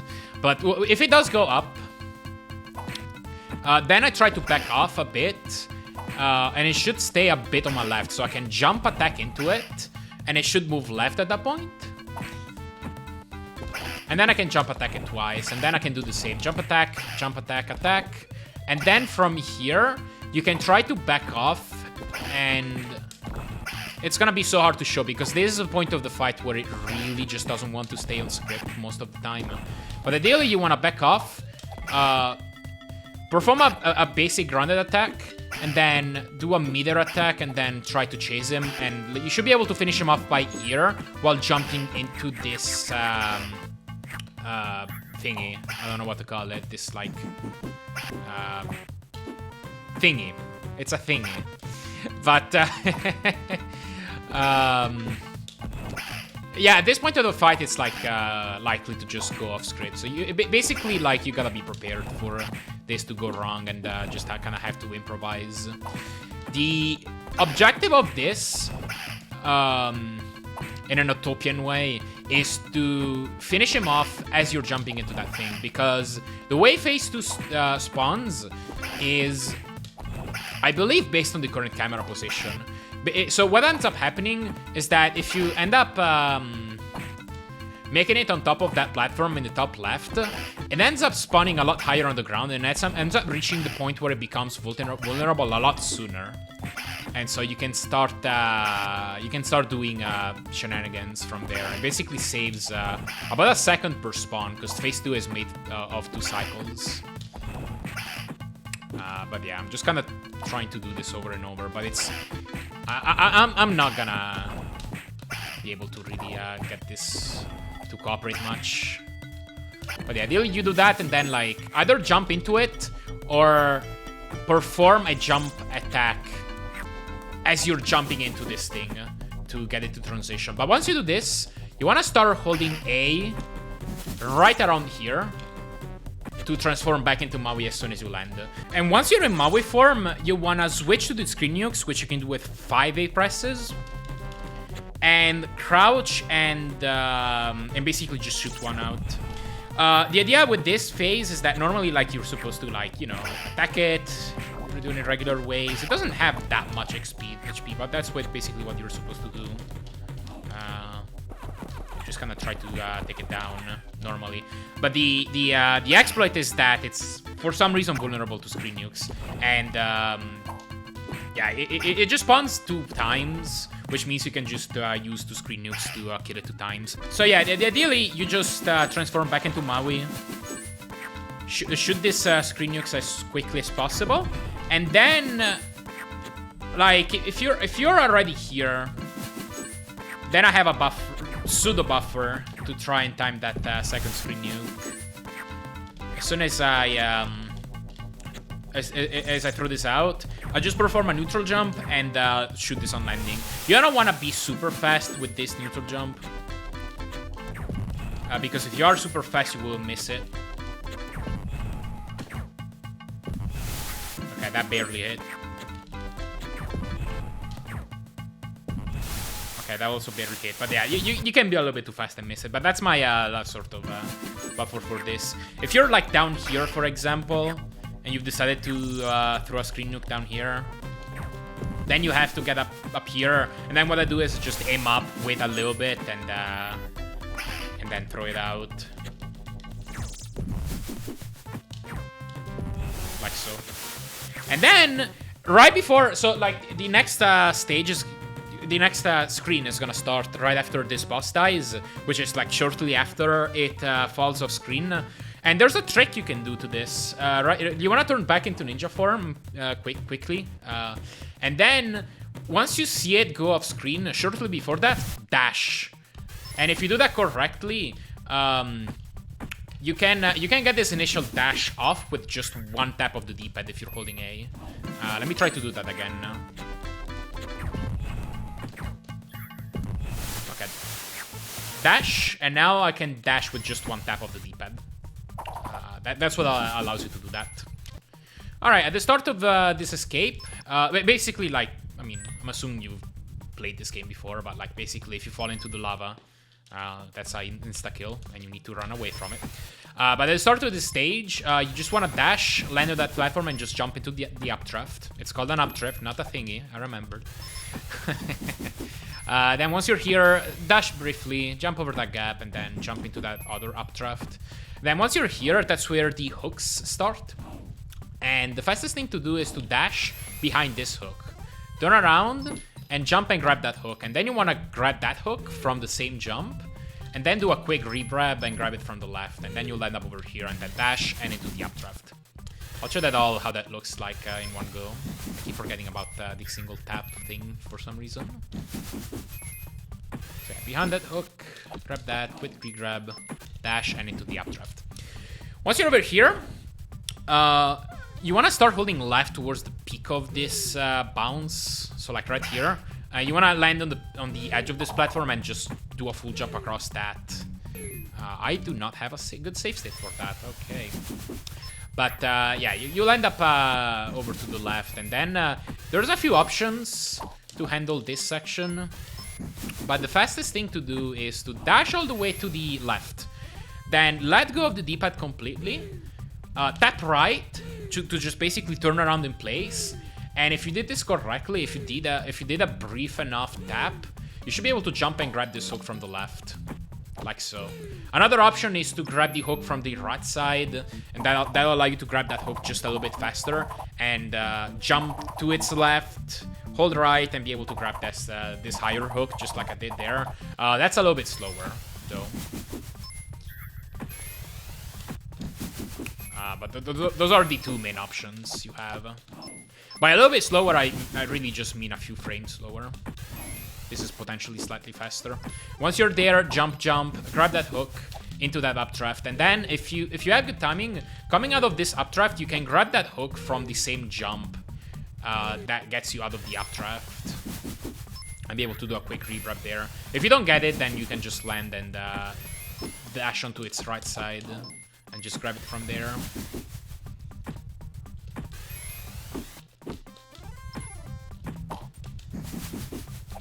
Whoop, yeah. I guess I don't typically dash actually, but yeah, just run to its right and then grab it, and then continue on. Yeah, that's how that looks like, and then you'll end up over here and you can continue on. Okay, once you're over here, you want to grab this hook, do a quick re-grab to grab it from the left, then jump out of it, you'll grab this hook, you also want to do another quick re-grab, like so, and then you want to hold right. You want to aim to get like the biggest jump from this hook. Hold right, and you'll end up over here. This is a small shortcut that will skip a section to the left. Dash and then jump into this updraft, and you'll end up over here, skipping a pretty considerable amount of this. And it will also give you a bunch of red yin-yang tokens, which are gonna allow you to do a faster strat on the final boss, as long as you can get there without more than one death. So that's that. And once you're here, dash a little bit to the left. You want to grab this hook, do a quick re-grab, or land over here. And here there's a bit of a tricky jump. The normal way is to jump over here and then grab that hook from there. Do a quick re-grab and you'll end up over here. But what you can do is you can position yourself right here, facing left, and we're gonna make use of that tech. That makes use of the fact that when you neutral jump and turn around in the middle of a neutral jump, you have more speed towards that direction than you would have had if you were facing that direction in the first place. Just a little bit more, and that's gonna make it easier to grab this hook from the right side. The idea is that, to be able to grab this hook from the right side. So face left, jump immediately, start holding right, and you should be able to grab this hook right here. Like not so. Oops. But yeah, that might take a little bit of practice to get down, but it's not too bad. Once you're over here, grab this hook from the left, then grab that hook, quick re-grab into the updraft, and that's the end of the level. There's not much else to it. So yeah, that was the simplest level in the run, barring the boss. And now is what I consider to be the worst level in the run. I'm gonna guide you through it, obviously. But there are some really tough strats that are really punishing in this level, so this is gonna be a bit of a doozy. So, starting the level, what you want to do is just basically buffer a neutral jump, and you want to grab that basic gun. And then you want to land on this hook, and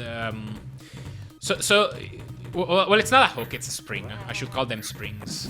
And the first thing you want to know in this level is that these springs, which are hidden, like they're all throughout this screen. There's a secret tech to them, to where if you want to go left, coming off of a spring, you gain more. You get launched to the left more if you are either holding neutral or holding right, or the opposite direction of where you want to go, compared to if you were just holding left. If you're holding left, you get launched less than if you were just holding the other direction, like so. So that's the first thing you want to know. I start holding right or neutral there, and then just go for it. Take damage on that Mandrake. I shoot it just to get a little bit of a faster hit. Then jump on that hook, or spring. I should call them springs.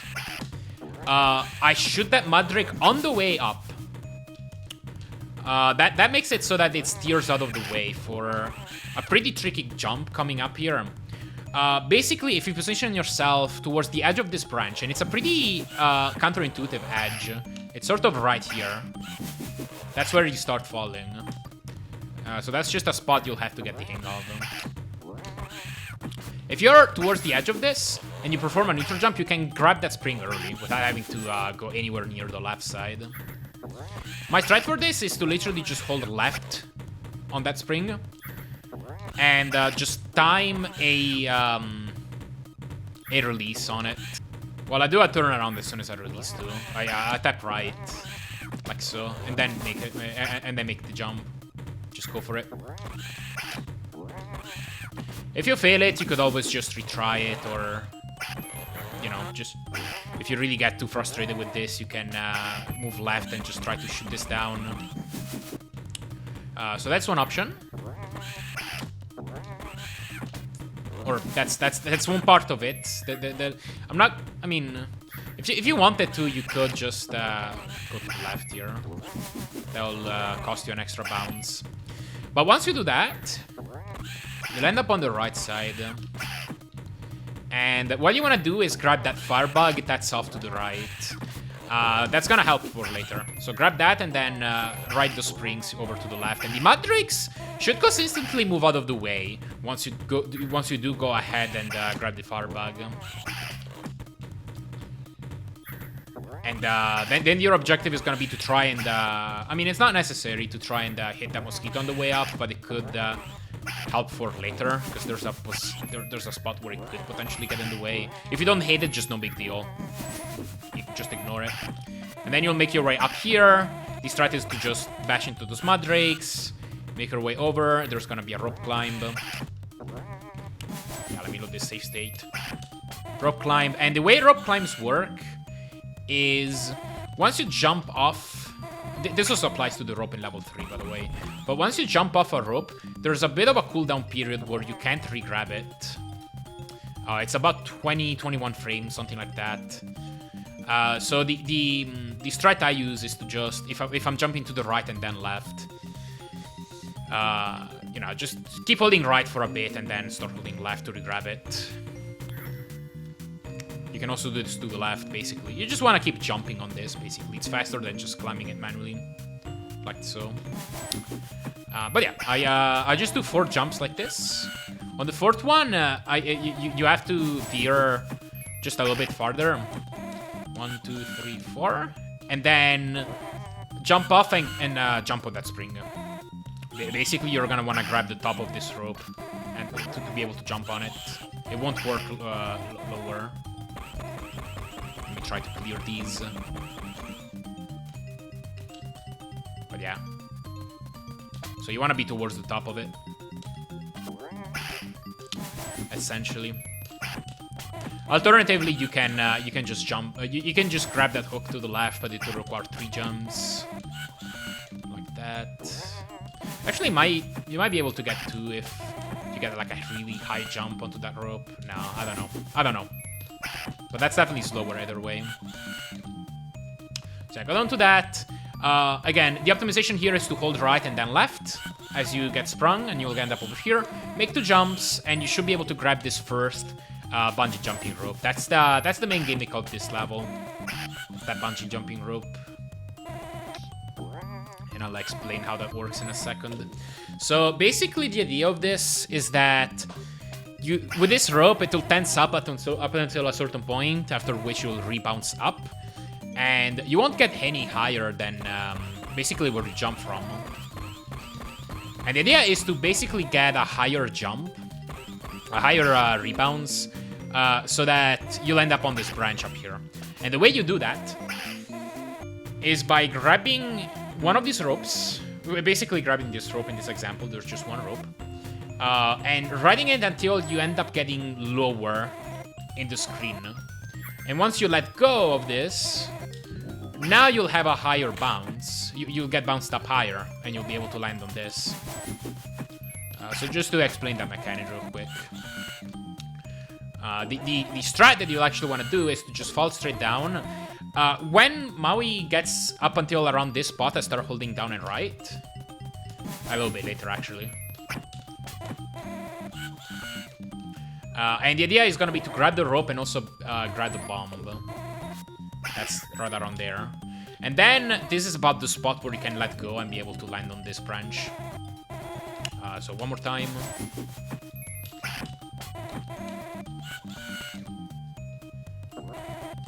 Jumps. Go down right. Let go now. And now what I start doing is I start equipping a screen nuke. That's the reason why I grabbed those firebugs earlier. It's because that enables you to be able to fire a screen nuke shortly after. 1, 2, 3, 4, 5, 6, 7. And you'll have this equipped, and then you can fire it right now.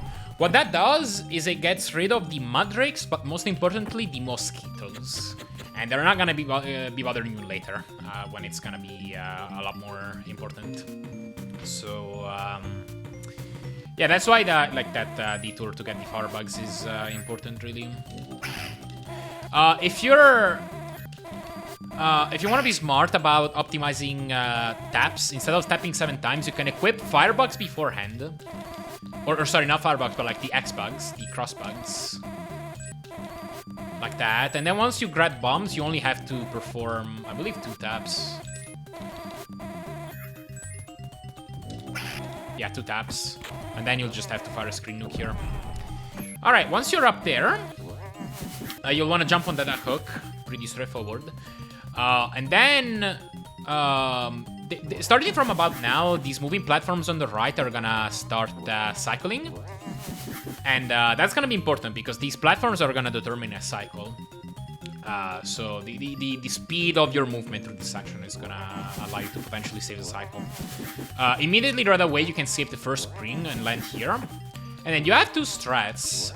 What I recommend doing is just jumping on this first vine and then jumping over to the right. You'll be able to perform 3 jumps, land at the very top of the rope if your climbing is optimal. And then just jump left onto another rope. 1, 2, 3, and then left. And then you should be able to perform 3 jumps, and ideally grab that hook from the bottom, which is it's basically just gonna be faster. And that's what's gonna potentially allow you to save 1 cycle.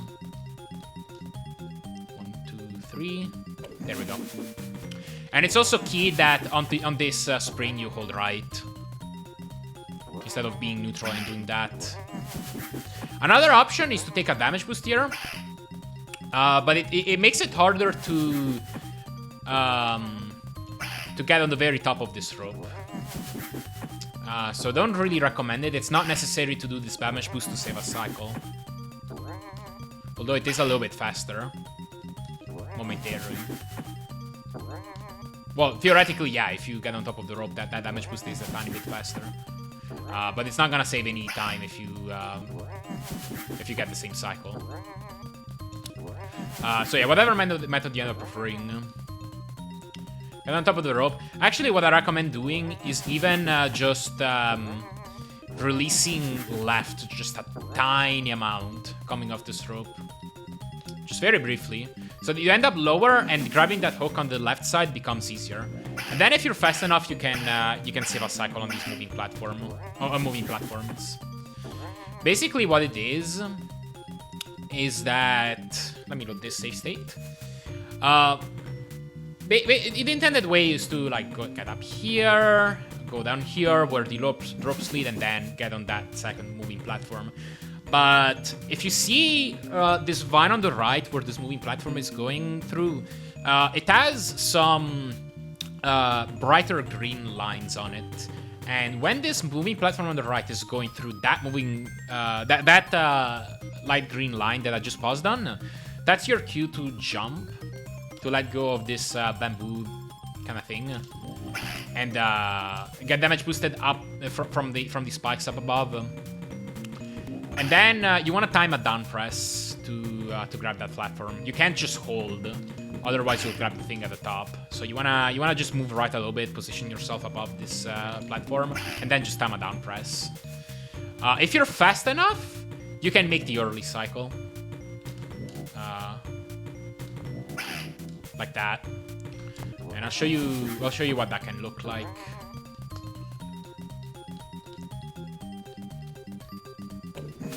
Right here, I would start holding down and right.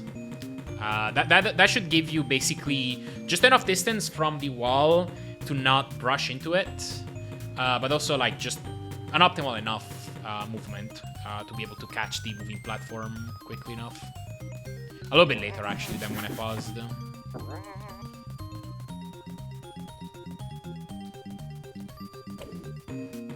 Like so. Oh, that was an exceedingly early one. I don't remember if I've ever seen it that early. Whoops.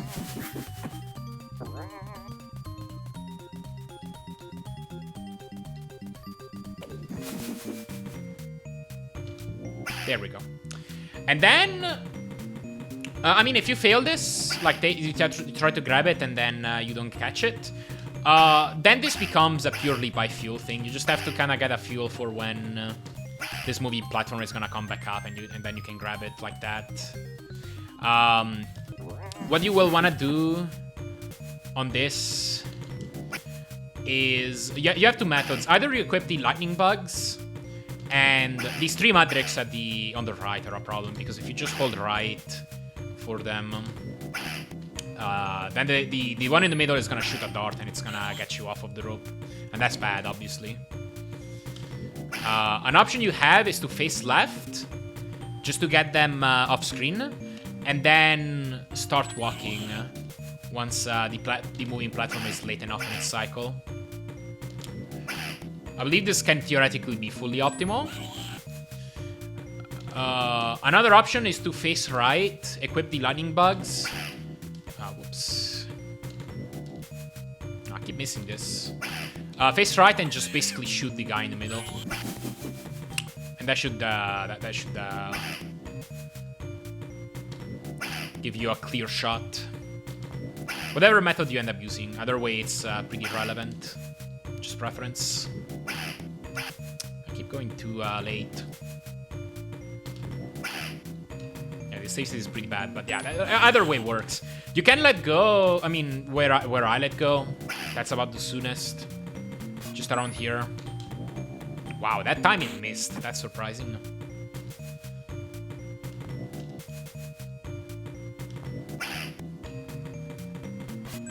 Oh man, I'm turning around too soon. Like, okay, that worked this time. And then basically the section on the right doesn't have a hitbox, so you can just go through it with the bungee jumping rope, and you should end up here, basically. And once you're up here, if you get a fast enough weave around that that platform, you can take damage off the Matrix in midair right now, like as you land, and then you should be able to just get up on their platform like that. Otherwise, you're gonna have to jump once at them, like this, and then jump on their platform like this. The idea for this section is that basically you get sprung up by these springs higher if you're falling from a higher altitude. So like this is the normal bounce that you get from this spring. But if you ride that spring first and then that one, then you'll end up over here. So that's what you want to do. Get here, ride that spring, and then ride the spring, and you shouldn't end up over here. Sometimes you're not gonna board this branch, you'll end up over here instead. Not a big deal. You'll just end up over here. But yeah. Definitely damage boost these Matrix instead of killing them, because one of them has a golden ticket, which again brings you to the bonus stage. Don't want to collect it. Yeah. Once you're here, you could go off to the right like this, but there's a small skip you could perform. If you're far left enough on this thing and then jump left, you'll end up bashing onto the spikes. And after 2 damage boosts, you can't make the spring in 1 damage boost, but after 2 damage boosts, you'll make it here.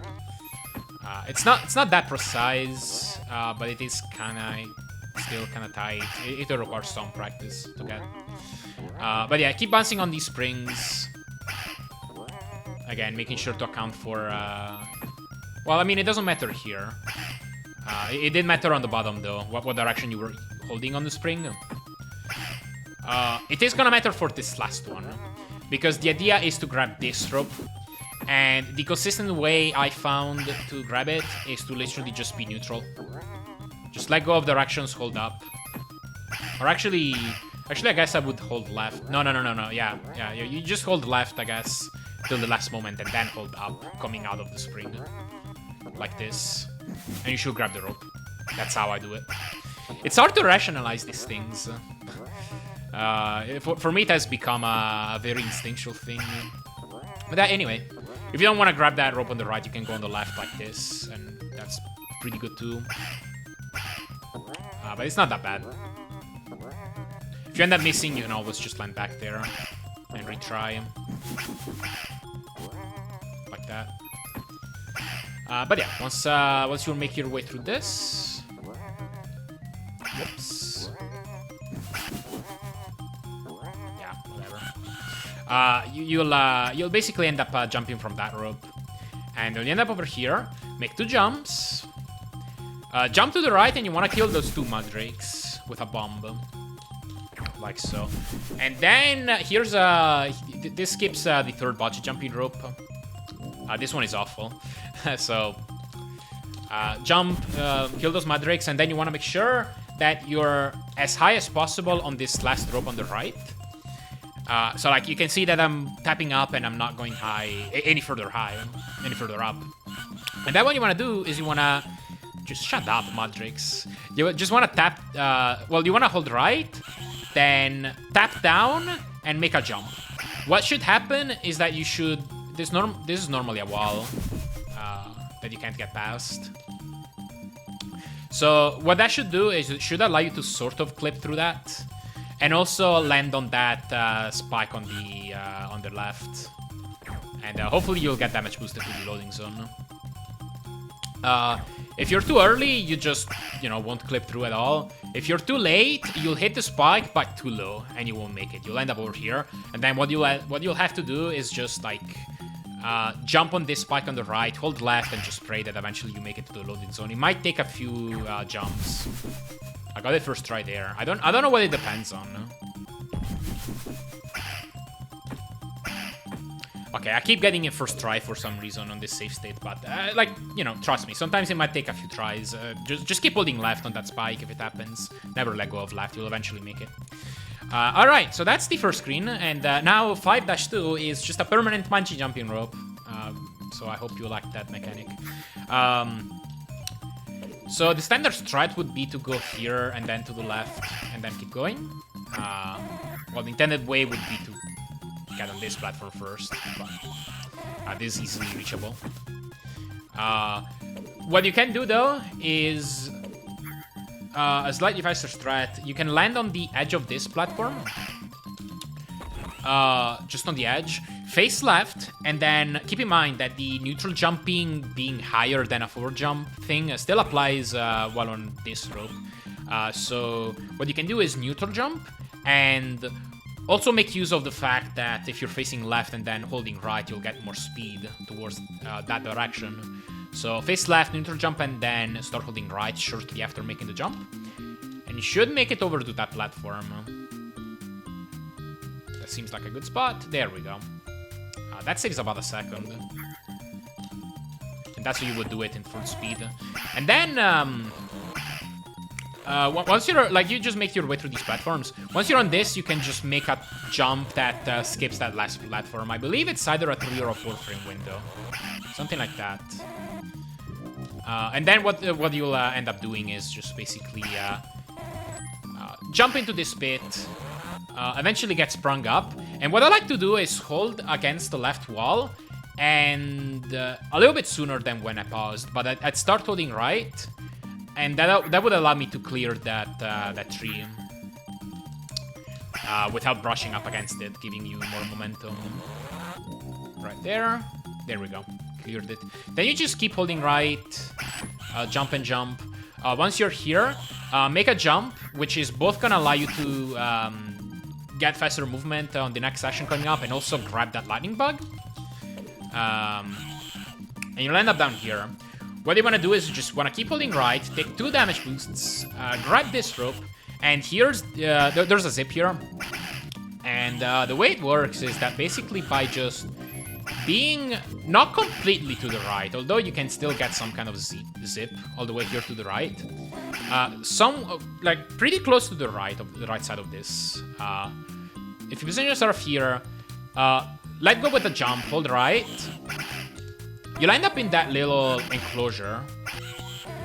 And if you tap left right before hitting the ceiling there, you'll zip.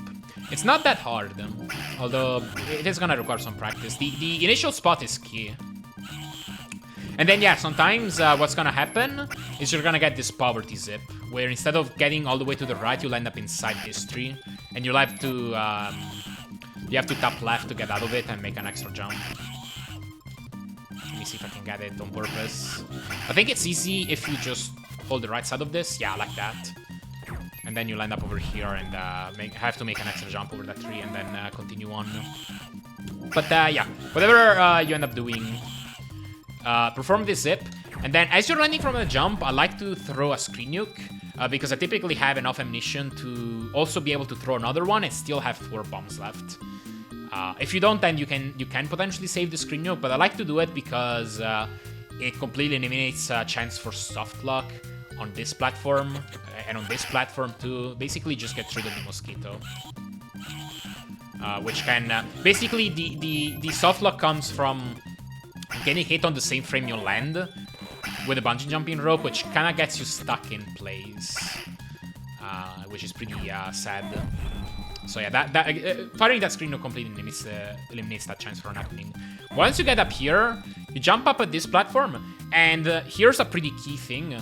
You can't make this platform with a forward jump. And you also cannot make it by, you know, with a neutral jump. But, well, the neutral jump gives you enough height, but you don't have enough distance. So even if you position yourself at the very edge of this thing, neutral jump and then hold right, you can't make it. So what you have to do is jump off this thing, and then board this platform on the rebounds. But the problem is, and I hadn't figured this out for a good while. If you make a forward jump and then jump off and then try to board this platform, all of a sudden you won't make it. I was struggling to understand why sometimes I wouldn't be able to make it on this platform. And the reason is because I sometimes make forward jumps. If you make a neutral jump and then jump off, you should be able to make it every time. So yeah, from here, jump here, let go of the D-pad, and then forward jump, and then you can move. And you should be able to make it here every time. Once you're here, drop down, and I like to fire a screen nuke while falling up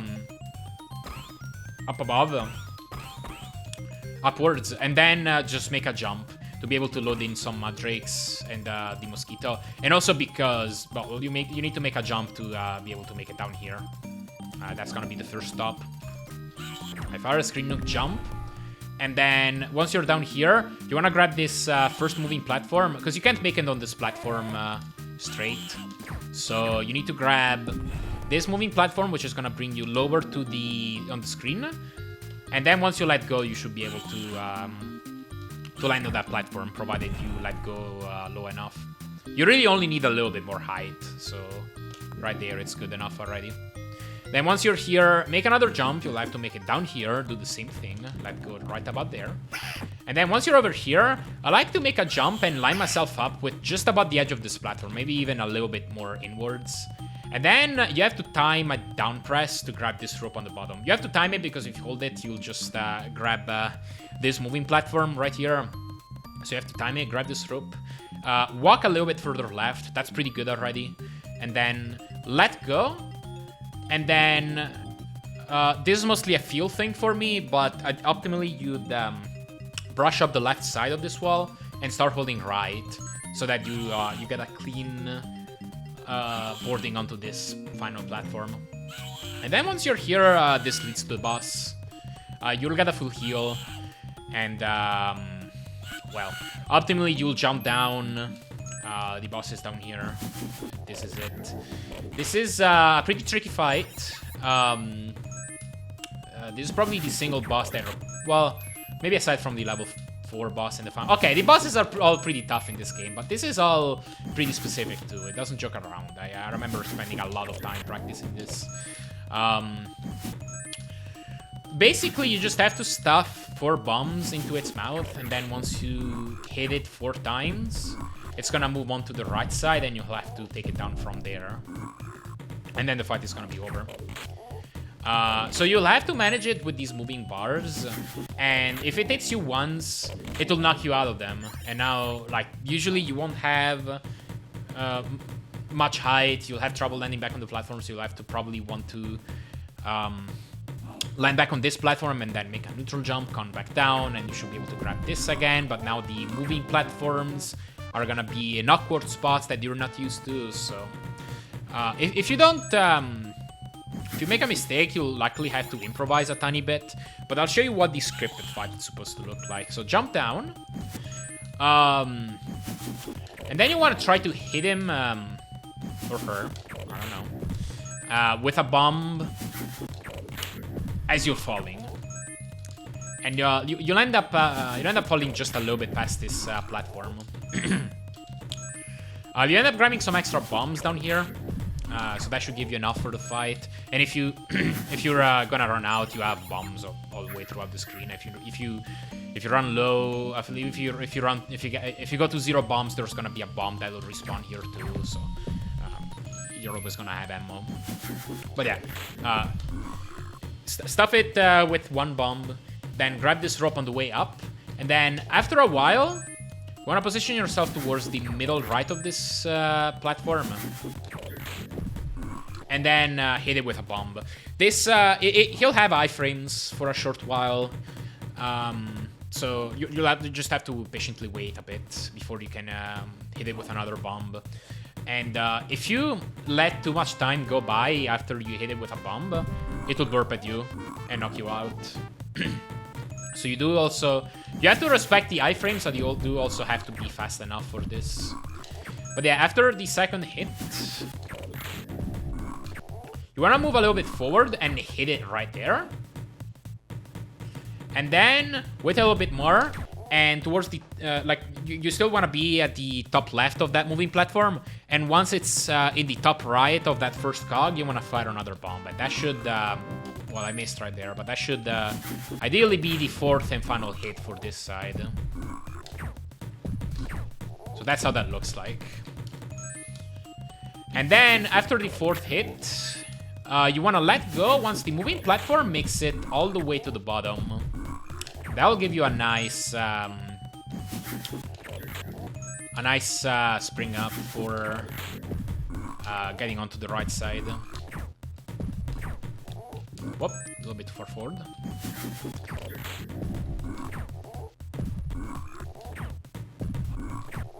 Like so. And then when you position yourself just left of this platform, you want to have just a little bit of distance. Even farther left, slightly farther left than this would be a deal. But yeah, you want to just let yourself fall naturally like this. And then once you're down here, you want to try and time a bomb to hit it on the way down, like so. And you'll hopefully grab this moving platform as well. So again, 4 hits here. Let go, stand over here, time a bomb. And then for the second one, you want to be towards the middle and fire it right there. That's going to be the second hit. Then you want to move farther right, but not too far right. If you're too far right, you'll get hit by this frog, because this frog's hitbox is like slightly closer to where the platform is. So if you're holding the very right side of this platform, it will actually hit you. So you want to be just about here. And then once it's just about here, you want to shoot another bomb, and that's going to be your 3rd hit. And then for the 4th hit, you just move forward, and once the moving platform is right around here, you can shoot the final bomb, and that's going to be it. So I'll do that again at full speed, just to demonstrate.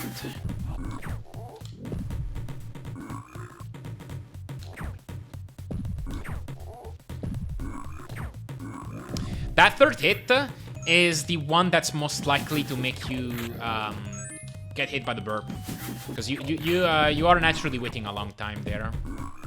What helps is delaying the first 2 hits as much as possible.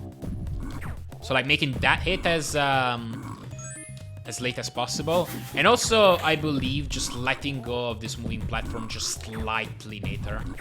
Like, even right now. That will help just a tiny bit.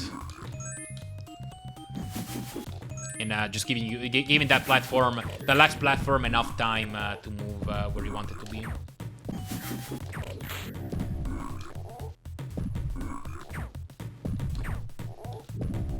I might have let go just a little bit too early, but I can manage.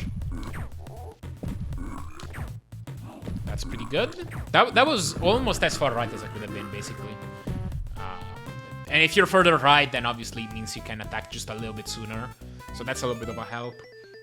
And then the fourth hit is pretty easy. So that's that, I suppose. If it goes off script, this, like, say you miss this first bomb, a script that you can do for the first phase. I'm gonna miss this on purpose. Whoops. Okay, what you can do is you can position yourself right here, towards the middle right, and then just kinda do this motion. This, basically do the hits as you would, but then for the final hit you move back and shoot the bomb around where I did when the platform is like sort of in the top right, and then you want to let go when the platform is on the bottom, and then you can execute the second cycle just like you would normally. I have the wrong thing equipped. That's okay. I mean, these don't make a difference, so that's fine. And then if you make a mistake in the second cycle, unfortunately, there's just no really good backup. Unfortunately, you're probably gonna be able to get in 2 hits at most, maybe 3, maybe 4 if you get really lucky with the positioning. Like if it's in the standard position where it's supposed to be. That was very dangerous, but yeah. Whoops. Make it, so I'll try to land here. Missed again. If you want to be safe, you can land back on the checkpoint platform, and then make it from here. And then you can sort of try to improvise. Wow, I got really lucky with this platform placement. Hang on, let me try to get a better example. Yeah, that's another pretty good demonstration. If you're already on that moving platform, and well, I rolled a safe state by accident, but if you're already on that moving platform, and you missed the first shot, oh no, onto it, there's basically no safe distance that's gonna allow you to stuff it with a bomb. So like here, I'm just not gonna shoot anything. And that didn't even register as a hit. I despawned it too soon. Oh yeah, this is a fun mechanic I haven't touched on. If you hit it with a bomb, but let go, like get back up onto the screen too soon, it's basically gonna despawn the frog, and it's gonna cancel the hit. So yeah, that's a little bit of an annoying mechanic. Okay, yeah, in this case I wasn't able to hit it at all, because as I said, like there's no safe distance if you feel that first descending shot. In that case I was able to get 3, sometimes you'll be able to get 2. You're just gonna have to improvise a bit and get the feel for it. But I guess that covers what I wanted to cover for this boss. It's gonna take some practice, it's gonna kill runs, but that's just the nature of that boss. Luckily, everything is in your control. There is no randomness on that boss, so as long as you drill the inputs, you can get better at it. Okay, so level 6. This is my favorite level in the run. It's pretty fast-paced. I'm gonna assume that you already have played the game and like sort of know that basically you just propel yourself with a gun in this level, but I'm gonna explain some of the more hidden mechanics. So you can basically auto-fire horizontally like this. But if you're shooting up, you cannot auto-fire the first shot, but you can auto-fire the next ones. So you'll just have to let go of the B button, and then fire. Unless you are doing the descent of a jump like this, in which case you can technically buffer, sorry, not buffer, but like auto-fire these all. It's basically just the same mechanics as air mechanics.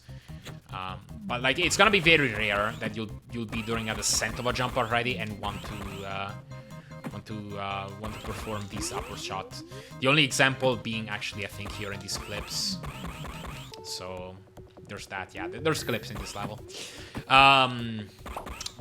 The next mechanic I want to touch on is that actively holding the direction that you are shooting towards gives you more speed towards the opposite direction compared to just holding the shoot button. So if you wanna go left as fast as possible, facing right and holding the shoot button is lower than facing right and holding the shoot button, but also holding the right button on the D-pad. That's gonna be a little bit faster, and you wanna do that throughout the entire level.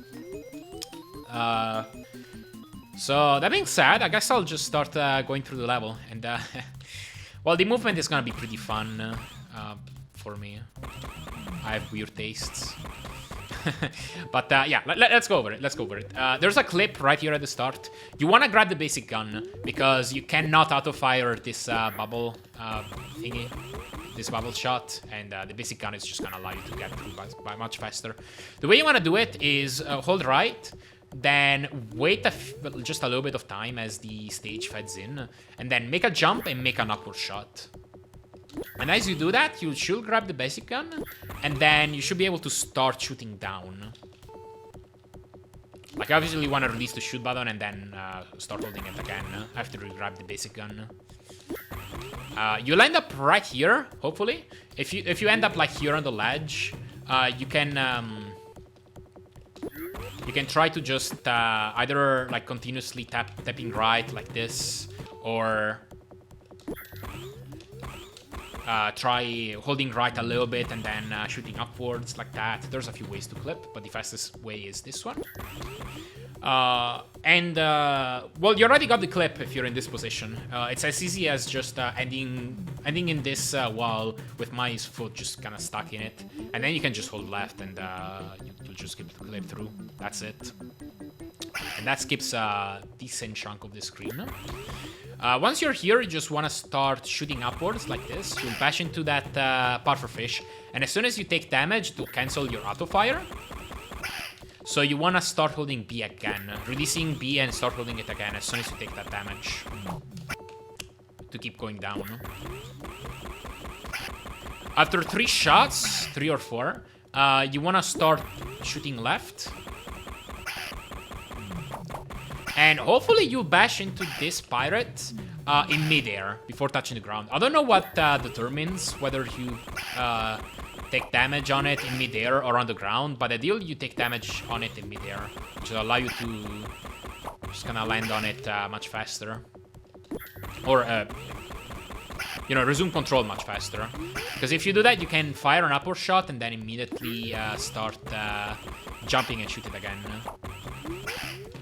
Because yeah, the ideal strat is to perform an upper shot as soon as you take damage from the pirate, and then jumping and shooting left for a whole bunch.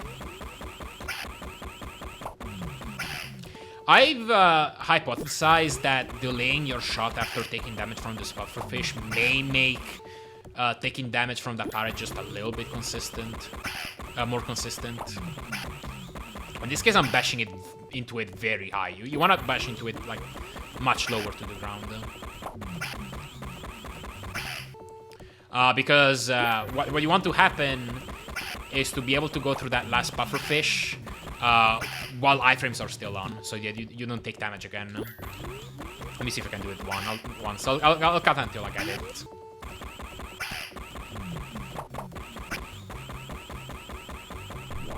Okay, there we go. So that's the ideal thing.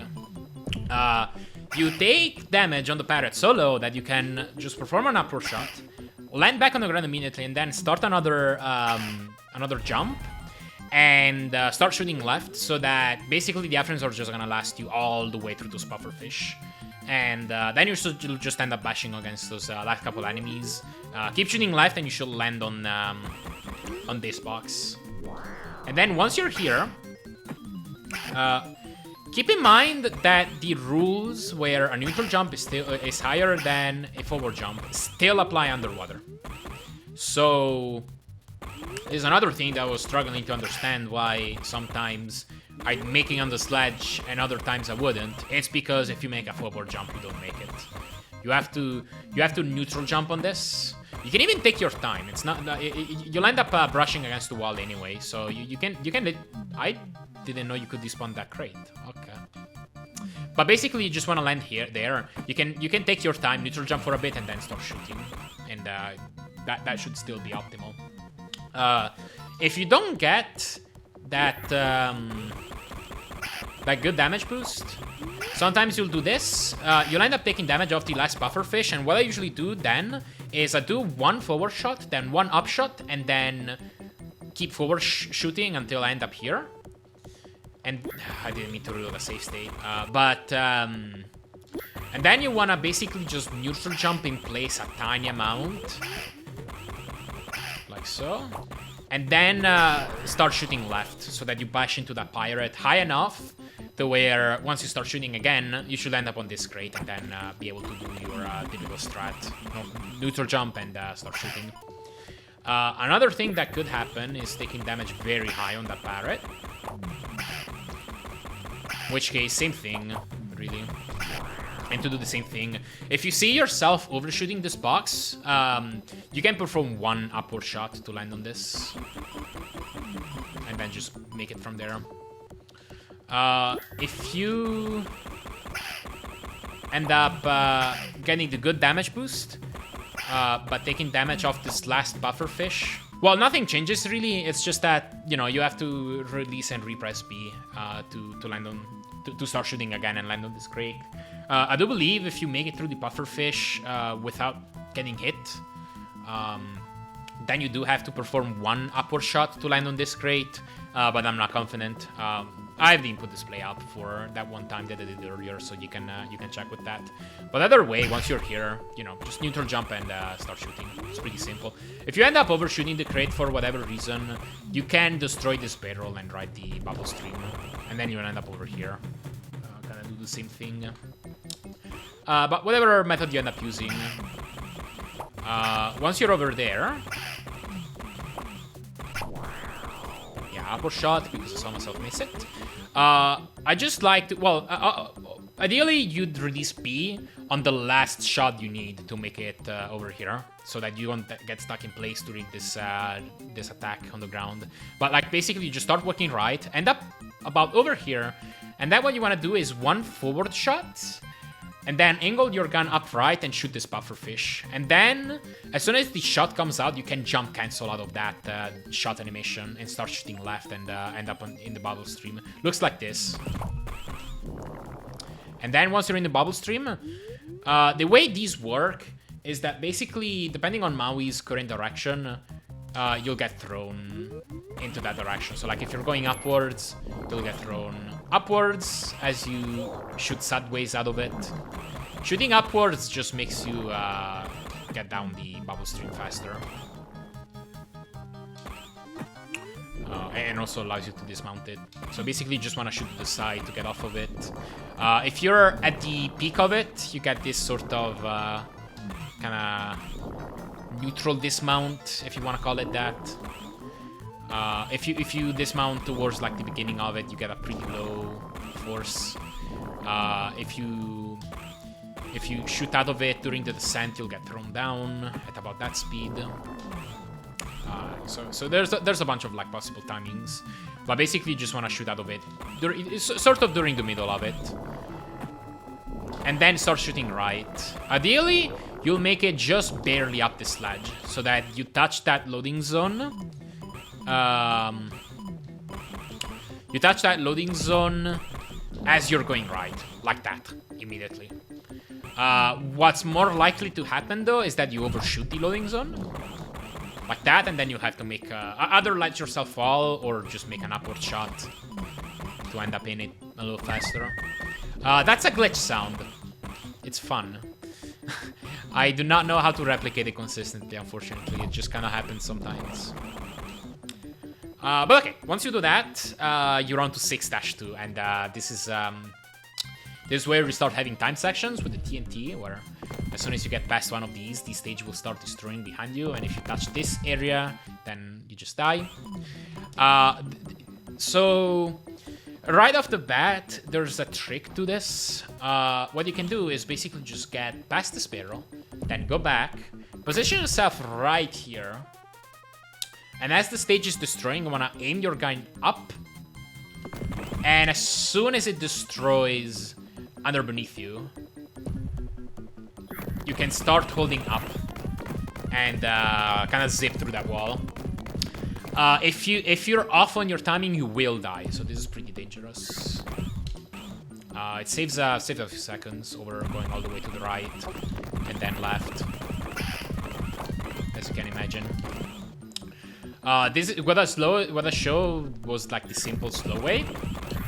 The faster way would be to buffer a jump on the screen transition, and this is where, like I mentioned this in level 2 already, but basically you can buffer a jump while the screen is black. So if I load the save state and immediately start holding jump while the screen is fading out, it won't buffer a jump at all.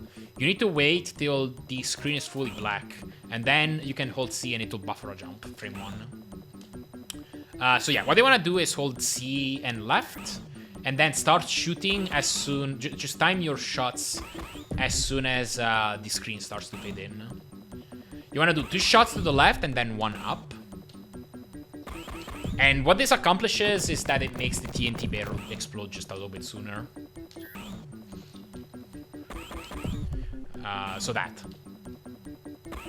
And then once you do that upshot, you want to do 2 shots to the right and then 1 down. Like that, and you land over here. And then you can just walk left and position yourself in that spot. It's right here. It's basically to the right. So these stage destructions, they kind of happen at columns. And so I'm too far right at the moment. You want to be towards the right of that left column to make it. That's the golden spot. You can theoretically make it work further left than that, but it's more precise. And it barely saves any time at all.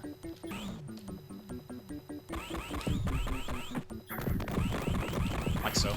And then once you're far down enough, you can start shooting left.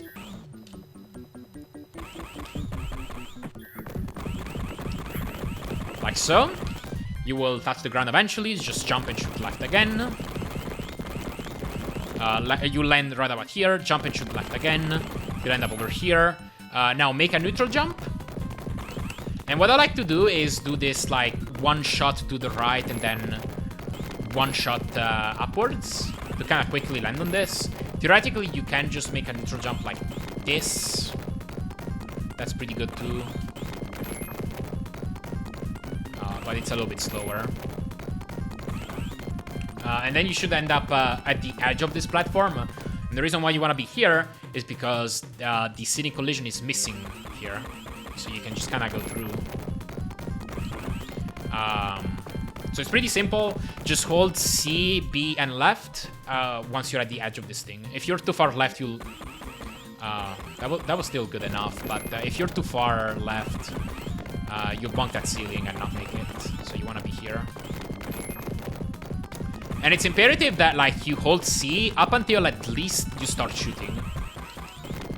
Otherwise, you'll just make a low jump and not make it. Like that. So to be safe, I'd just keep holding it for a good while. But yeah, the optimal strat here is to perform 3 shots to the left, and then 1 to the right, to kind of put yourself against the left wall. And once you're far up enough into this thing, you can perform 2 shots to the left and then 1 up, and you'll end up over here. You can even, I believe, just let go of the direction there to really make sure you don't hit the weapons there off to the right, because that's a potential risk. That's why you want to be to the left. Because if you're to the right, then it kind of puts you in this awkward spot where one shot, it could put you over here, but it could put you like on the ledge. And 2 shots just definitely put you towards where the weapons are. But yeah, once you do that, you can perform a few upward shots. Whoops. And then, once you're past this little corner where the weapons are, you can start shooting left and end up over here. And then, the optimal strat is to perform 3 shots to the left, 1 upwards, and then a bunch left until you land back on the ground. It looks like this. As I said, the upward shot, it can be buffered, but you can't keep auto-firing after performing that 1 upward shot. So you'll have to release B and start holding left again. Looks like this.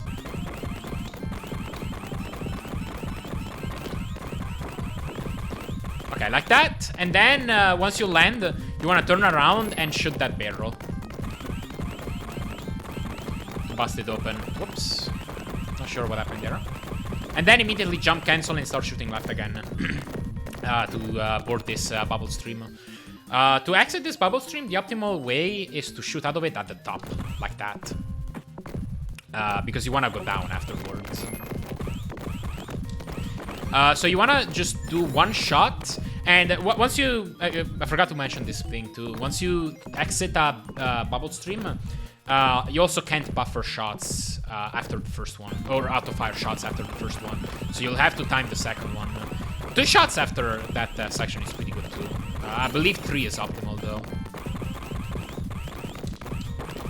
Like so. And then after the second shot, you want to buffer an up shot, and then just do a few more up shots and then switch to left. Like that. Then you turn around, destroy that barrel, jump cancel out of that, and ride the bubble stream. I'll do that all in one go, and then I'll show what the rest of this looks like.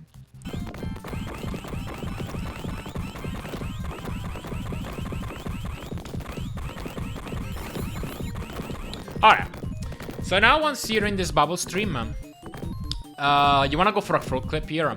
You have, well, you could exit this bubble stream from the left and then go over here to the right like this, but that's a little slow. What you can do is you can exit it to the right, but it's pretty tricky timing. You have a bit of a frame window to exit it towards the top, like that. But yeah, it's kind of a precise window. And sometimes, like, I swear it's supposed to work, but it doesn't. It's pretty fun. So yeah. You can try to exit it here at the top. And then you want to start getting into position. There's 2 methods. One is to, like, try and get yourself towards the edge of this. And then try and press left and B at about the same frame. You wanna press left just a little bit before B and then keep holding them. If you see yourself firing to shot, then you can let go and retry. You didn't make it. And then once you slide off, you just keep holding B and you'll end up on the other side of this wall. And then you can start holding right to get out of the wall. And then jump and shoot to continue on with the rest of the level. That saves about 20 seconds. The other method, which is the one I recommend, is to just kind of try to align yourself at the edge of this thing. And then continuously tap left until you see yourself fall down. And as soon as you do, you want to perform an upper shot and then switch to left. Like that. That's a little bit faster and in my opinion a little bit easier to do optimally too. It's a tiny bit scarier because I've died from this in practice. I don't recall dying to this in a run, but I do believe it can happen. So the way this works is that, like, basically there's just a bunch of possible frames you can shoot through this wall, and like some frames are gonna make you do nothing, like that one. You just kind of zip down a tiny bit on the left. Some frames are gonna make you clip through the wall, and other frames are gonna kill you because they're gonna put you so far down that you just end up out of bounds. And you end up getting into this state if you just basically just barely fall down against this, like that. That's the kind of wall state that allows you to do that, because now you're partially clipped. And so shooting will allow you to a possibility to get through. So yeah, the thing I recommend is just doing this upward shot plus left shot strat. If you're too quick, you won't clip at all, and if you're too late, you also won't clip at all, and I think there might be some frames that also kill you. Sometimes that also happens if you're pretty quick, pretty early, but not so early that you miss it. You'll end up high enough in this wall that you'll just exit it, and you'll end up over here, and then the movement from here is you just kind of shoot and then jump and shoot left, and then perform an upper shot to end up here. Otherwise, the strat is to exit, jump and shoot, and you should naturally end up on the ledge of this platform. From here, you want to do a neutral jump, do a shot to the right and a shot upwards to end up here, then turn around, shoot this barrel, then neutral jump, wait a few frames, and then shoot to ride this bubble stream. If you don't wait a few frames, I believe you... I believe sometimes you don't end up boarding this bubble stream properly. It's a thing I've seen happen. I believe. I might be blinking now, but yeah, that's kind of the strat around that area. Let me do that one more time. Whoops, just a little bit too late on the reactions. Like that. I was very far, so I did 2 shots. Just to compensate, but that's that. Now, on this bubble stream, there's a tiny clip that you can perform, which is gonna take me a few attempts, but I just wanted to show you the standard strat that you'll probably get most of the time. You'll end up on this bubble stream. You wanna exit towards the top, and you'll end up here, basically. So, like this. Keep shooting. Once you make it past that platform, you wanna perform an upward shot. To basically go down and grab this bomb pickup. A little bit low, but that'll work. Sometimes you can do these upward shots in such a way that you can hold up left and not bash into those weapons. Most of the times you'll have to shoot a few shots to the right just to be able to dodge them. And then from here you can make your way to the rest of the level. Sometimes you'll end up on a ledge. You can just walk off of it and then just align yourself vertically for these bombs. The bombs are gonna be useful against the boss, so that's why you want them. What you can do here, and I'll cut until I get it because I'm confident this will take me a few attempts. That. So basically... there's a frame window where you can shoot out of this and clip through the wall. And, oh, I just got it again.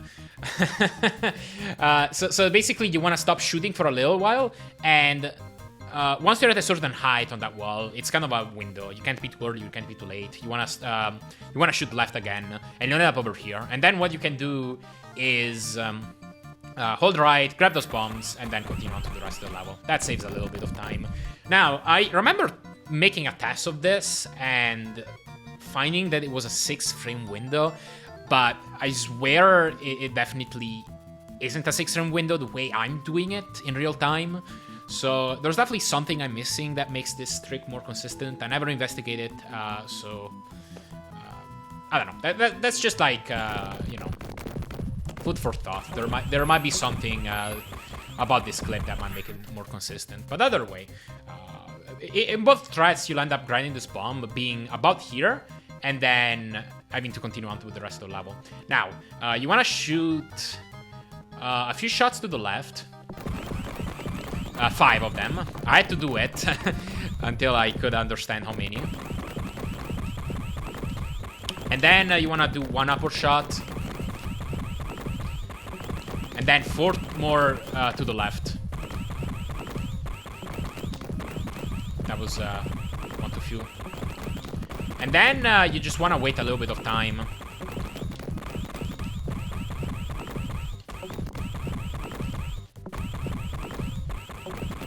And then go left, basically.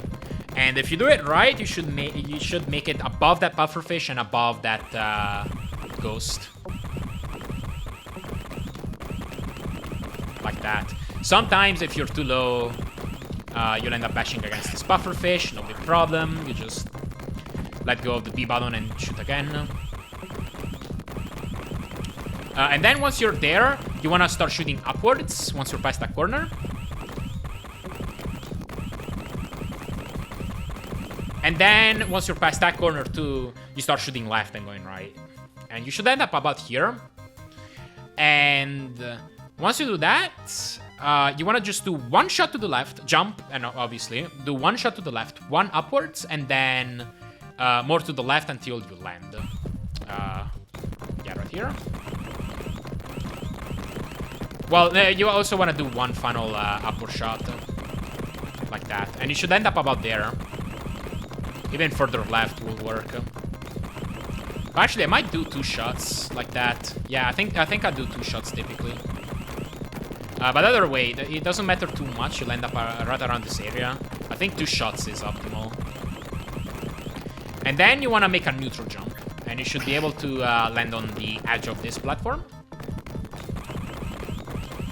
Again, neutral jump. And then sometimes this thing is gonna be in the way. If you see it, you can try to like jump towards it to take damage, and then use the iframes to continue on. Or you can like sort of try to lure it a little bit to the left and then sidestep it. It's a little bit more dangerous because if you get hit in midair as you're trying to rush to the right, then you just end up getting hit and falling onto the stage that is getting destroyed. I believe there's just different patterns on this thing. I don't understand completely what causes different patterns to happen, but sometimes it's just straight up not even there, and you don't have to worry about it. Other times it's there, but it's gonna be on the left, and other times it's just gonna be completely in the way, like that. My save state is already locked in, I suppose, so I'll get this. I'll just take a damage boost. And then what we want to do is basically just do one shot to the left, one upwards, then more to the left until you end here. Turn around, destroy that barrel, jump and shoot left to end up in this bubble stream. And then from here, you want to exit it towards the top. And then as you're past that ledge, do 2 shots to the left, 1 upwards, and then more to the left. And that should be the optimal line to end up on this boat. And that's gonna be on the boss. Let me just do the final section at full speed to show you what it looks like.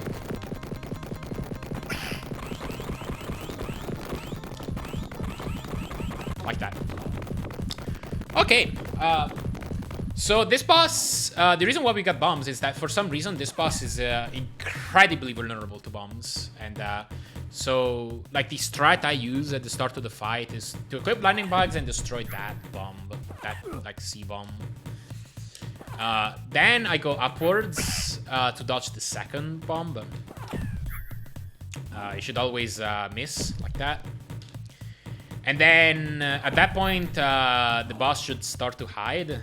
This is about the moment where I start holding left to charge forward. And then I just shoot a single bomb. 2 bombs should be slightly safer. Because basically, like most of the times, it should just die in 1 hit. But sometimes, for reasons beyond me, it still survives. And I do believe 2 bombs should make it a little bit more of a guarantee. I might be wrong on this, but I think that's the case. And then once it comes out of hiding, it should die. And that's it. There's nothing else to this fight to really talk about. So if it does survive, you can just wait till it hides again and try to throw another bomb at it. And at that point, it should die. And then if it doesn't, you still have backups. So do that over and over until it finally collapses. That's the idea. Okay, 2 more levels left. This is gonna be level 7, Realm of the Dead. So right at the start, you wanna ignore this basic gun. You don't need it. You'll bash into these enemies here at the start. Jump on these platforms. At this point, I switch to a piano grip and I start holding A. And then you want to make your way through this section. Jump on this platform. This is a pretty tight spot to stand on. So trying to make this turnaround, you'll end up sliding off this platform a ton. But regardless, like once you do make it up there with a forward jump ideally, so that you grab that token and you can start releasing left to quickly turn into ninja. Once you do that, you want to do a tiny dash to the right and then a dash to the left. And that should consume almost all your tokens, and then you can go for a double jump. The way I time this is, well, first of all, there's this sort of thing that acts as like water, basically. It's like supposed to be a gooey substance or something. And that will extend the window where you can do a double jump, because it will kind of slow you down a bit. And so what you do is you position yourself at either the outer edge of this platform or the inner edge. Both of these are higher than the middle. And it'll allow you to more consistently get the double jump to work. Then I perform my first jump once the token count hits 8. And that's where I do my first jump. And then I do a neutral jump and I hold left to get these bombs.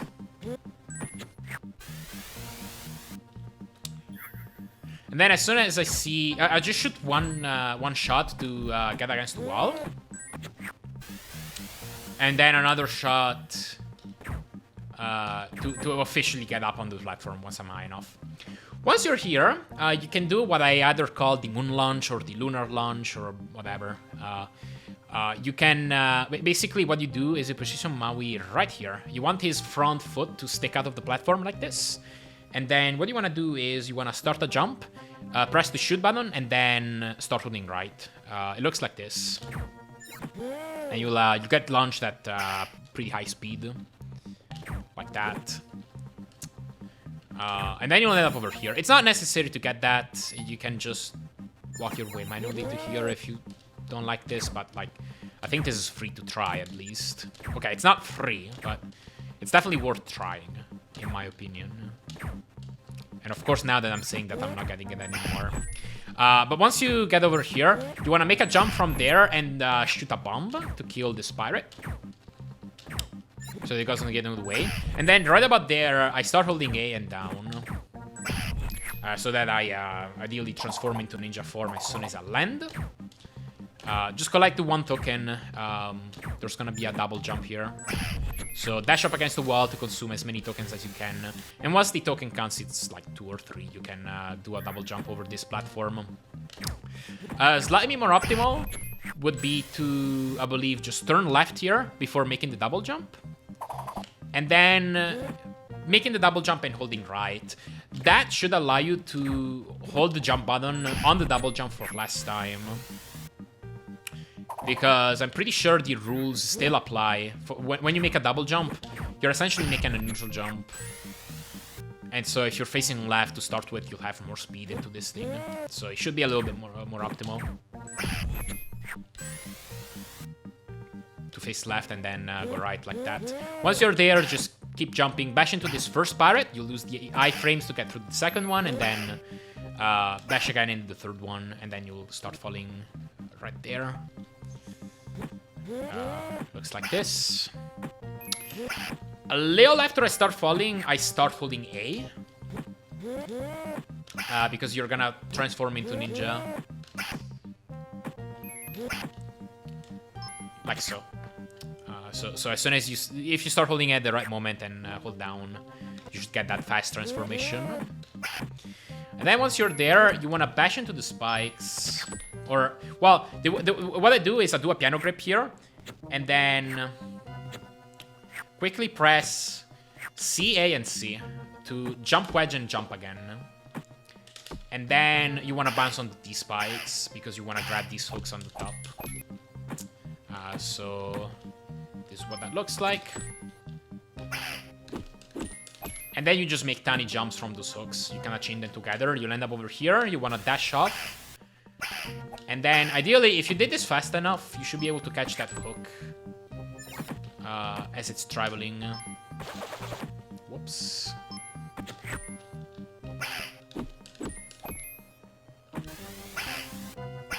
Like that. And then you make a sort of mid-head jump.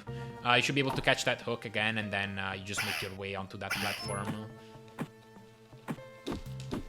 If you end up, for some reason, missing this, like, spikes, you can just sort of dash off here. Dash again. You'll probably end up missing this hook. You can wait for it. And then do the same thing. End up over here. Once you're here, dash off, do a turnaround to kind of cancel it, and then you want to grab that hook. Like that. And then this is pretty jank. So sometimes you are able to get up this platform with just one wedge. You can wedge like the bottom part of this wall here to the left, and get up this platform with just one wedge. Other times you'll hold right and not make it. Of course, it's always hard to do on purpose, but it will happen by accident. You just won't make it, and you'll just have to be ready to wedge again now. Yeah, you basically what I'll basically on purpose like not make it. You'll have to do something like that, and then you land here. Then you wanna just dash off here. Okay, yeah, dash off. Grab that hook. You wanna make a high jump off of this one, and then grab that hook from there. Let me do that again, just to show it a little bit more clear. But you end up over here, like that. Okay, and then once you're there, dash. And right about there, I do a forward jump and wedge on that wall. Jump out of it, dash into the spikes to skip having to wedge in the middle. And then you want to grab that hook on landing, obviously. Like that. And then you'll end up on this platform. From here, there's a pretty tricky thing. Let me see if I have a save state right here. That's perfect. So you want to dash off of here. Typically, you will have to use 3 bounces to be able to grab this hook. And then you can continue on. So there's a trick in this game. You can do this on every single damage boost, but it's typically not worth doing unless you're frame perfect. If on one of the frames where you take damage, you press left or the opposite direction, and it has to be frame perfect. Otherwise, you're not saving time with this, or you might lose it. But you can basically gain just a little bit more distance. And if you do this twice, you can grab this hook in 2 bounces. I've gotten this in runs before. It's just very rare. Very hard to do. I think it's worth trying, though, because the worst that happens is that you just have to do a 3rd bounce that you normally would have had to do anyway by not attempting the trick. So you don't lose anything about attempting the trick. There we go. Okay. I wasn't totally ready to do fully optimal movement, but that's what that looks like. It's very rare to be able to get it, but as I said, like, you don't really lose anything by going for it, so definitely recommend at least attempting it. Either way, get a mid-high, sort of mid-high jump, and then grab that hook again. There's a pretty precise jump you want to do in between those platforms. It's like a sort of specific kind of height that you want to get. To be able to just do 1 bounce here and then grab this hook. If you do too high of a bounce, you'll end up brushing up against the wall. That was still good.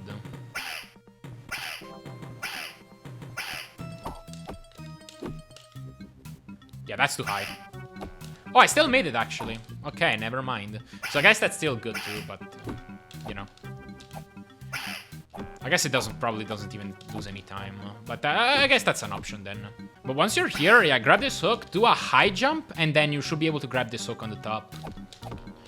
Like that. And then you can just jump into the next landing zone. You do not, unless you really need the health, you don't want to get the health, because trying to swing the staff, like swinging your staff to grab it would actually lose you a few frames. So unless you really need the health, I'd just go without it. In most cases, you won't. So once you're here, this is supposed to be the only auto-scroller of the game, but you can skip it.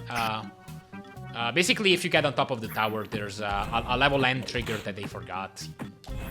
Or I don't know if it's a forgettance or what else it is, but like for some reason it exists, and it's a blessing for the speedrun, because like you can skip this escort mission. So the way you do it is basically you just want to go far enough from the flames and the jar to where stuff despawns. So basically, you don't end up dying from the escort mission failing. And yeah, you can just climb the tower without having to worry about losing it, unless you lose so much time that like the jar ends up making progress and now it's like close to you again. Because even though I don't know if the jar despawns or it's the flames or both, but basically the jar does make progress while you climb. So if you wait here, eventually the jar will make it up. But yeah, basically. You can even like let the flames grab the jar, and as long as you move far from them quickly enough, you won't die. Yeah, that's good too. You can hear the sound off screen and like still move out far and fast enough and get it. Here at the start, you want to jump forward onto this platform. Jump neutrally, tap right, or hold right just a little bit, and then attack to kill those two flames. You can technically sidestep them without getting hit, but they'll typically get in the way, so attacking them is just a little bit safer. And then neutral jump on that platform and forward jump on that platform. And from there, you should be able to just climb.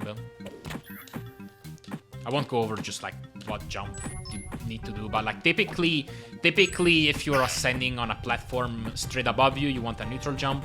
If you need some distance, you'll probably want a neutral jump. That's about that. Once you're on those hooks, you can barely grab this hook here in the middle. It's kind of tricky to do, but not too tricky. And that saves just a few frames over grabbing this one here at the bottom and then the one at the top. I mean, that looked really slow, but you can do this pretty fast too. But yeah, that's a little bit faster. And then for that wall wedge, my setup is to just do a high jump. Don't touch anything on the D-pad, and just try to wedge on the ascent of this. Whoops. If you don't get it on the descent, you can always get it on the descent. Yeah, I have a decent safe state here. Like that. And then press C to get out of it. Once you're here, the fastest strat to board this hook is to take a damage boost off this flame. And then, as you're falling from the damage boost, try to grab this hook. My setup is to position myself just sort of on top of this candle, and then jump left to bash into the flame, and then turn around and grab the hook. Pretty worth attempting, because the worst that happens if you fail it is that you just have to jump again to grab the hook. And then, you know, obviously you want to swing out of it, grab the hook on the right, do a quick re-grab. And then for this wedge, I actually hold left while making a high jump off this hook. Again, try to grab it on ascent because it's faster, but even if you get it on descent, that's good too. Whoops. Once you're here, I position myself on the edge of this platform here to the left and do a neutral jump, hold right, and wedge. And then obviously jump again to get out of it. Then from here, I get up here, wedge here. All these jumps, obviously, since this is a vertical climb, the optimal thing to do is to just do a jump that is just barely as high as you need it. If you're having to do a higher jump and then having to wait till you land on it, this is gonna be slower than just performing a very low jump and immediately jumping from it. So that's an optimization you can do all the way throughout the screen. Like so, which there. Once you're here, I like to forward jump for this. And just kind of try to grab this wall on the way. If you miss it, you can just retry it. It's a little bit scary, but not too much. Then climb your way up. And here, there's a thing that I hate. So sometimes, if you grab this wall very high up, which you can do consistently by wedging on the descent, like this. Sometimes you can jump out of it and land on this platform. And if you do so, you can dash on it pretty safely and then just jump your way through these next platforms. Let me see if I have a safe state. Yeah, that is pretty close. Yeah, and sometimes, like in that case, you just miss it, and I don't understand what causes it. So if you want to be really optimal, you can do that. Otherwise, what I actually do in runs is just grab this last wall as low as possible. Land on this thing first, and then jump here. That gives up on the dash. It's a little bit slower, but I just haven't figured out what causes you to just sometimes fall through this, and it's incredibly punishing if that happens. Unfortunately, I just do not know the reason. So yeah. Once you're here, you can kill that flame if you want. It sometimes gets in the way, but it's not totally necessary. Jumping on this platform, I like to do a small wiggle. Because otherwise, what ends up happening is that this jump can be pretty tight, to where if you do it too high, you end up overshooting. And if you do it too low, you don't even make it onto the platform. So it can be kind of precise. I like to just do a wiggle to make it more consistent. And then just jump left, jump left, jump left, or jump right, then jump left. Pretty straightforward. These are all forward jumps. And then from here, you can jump your way to the left of the screen. You want to do a full jump, get over there. That's the level end trigger. So you don't have to do any of that nonsense with the escort mission. And that's that. That's the end of level 7. Let me just do this final section at full speed. And voila. Okay, so there's only the final boss left here to touch over. This is a very, very scary part of the run because this is a fight on pits. If you fall off, you're dead. And you're gonna have to do hooks maneuvers over all this.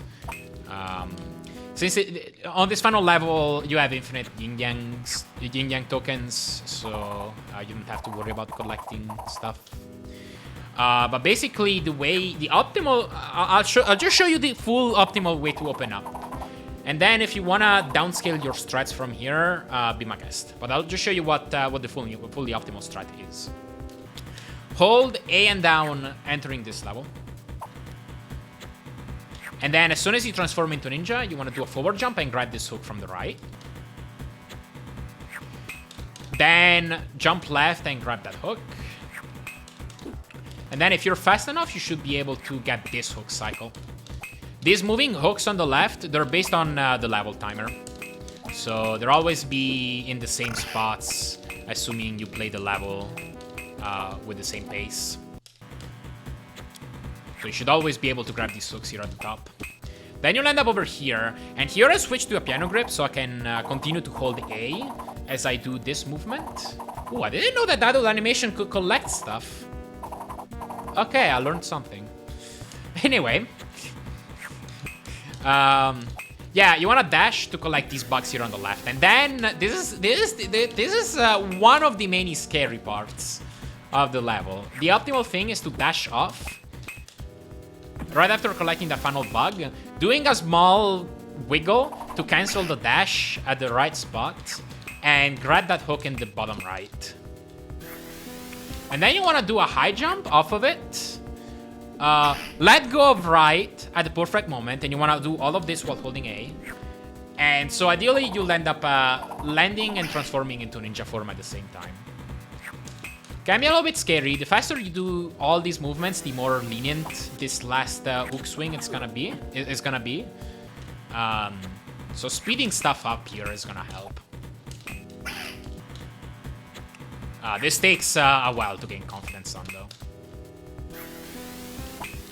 Like that. Okay, so once you're here, basically you just want to turn into Maui, and the basic strat would be to just basically keep jumping and firing 2 shots per jump, like this. One on ascent, one on descent. But you can do a little bit faster than that. you can do one on ascent and 2 on descent. This is tricky to time because the Shaman hitbox changes depending on its animation cycle. And the ideal thing to do is to fire the first shot once he's in that animation pose where he's just kind of reading in. So right now would be the ideal point to shoot, to fire the first shot. And then on the descent, I'd hold the B button to auto-fire 2 shots. And if you get the timing right, they should both hit. And you can get 3 hits in per cycle. If you don't get the 3 hits, don't worry about it too much. I think it's still worth attempting, and if you end up missing a whole bunch. Because all it ends up doing is it ends up making it so that you have to get an extra hit with the staff off, because this first cycle is just going to be a Maui Ninja hybrid. And I do believe it's worth doing over... It's worth doing risking an extra jump as Ninja over having to, like, forcibly... having to, like, guarantee an extra jump as Maui. But anyway... So you can do these 3 shots over and over. I did 2 there. There's gonna be 1 cycle. Since you have 20 ammunition, 6 cycles are gonna be by 3 shots, and 1 is gonna be by 2. I can make that one 2 shot if I wanted to, and then the final cycle is gonna be a 3. I like to keep the final cycle as the 2 shot one, though.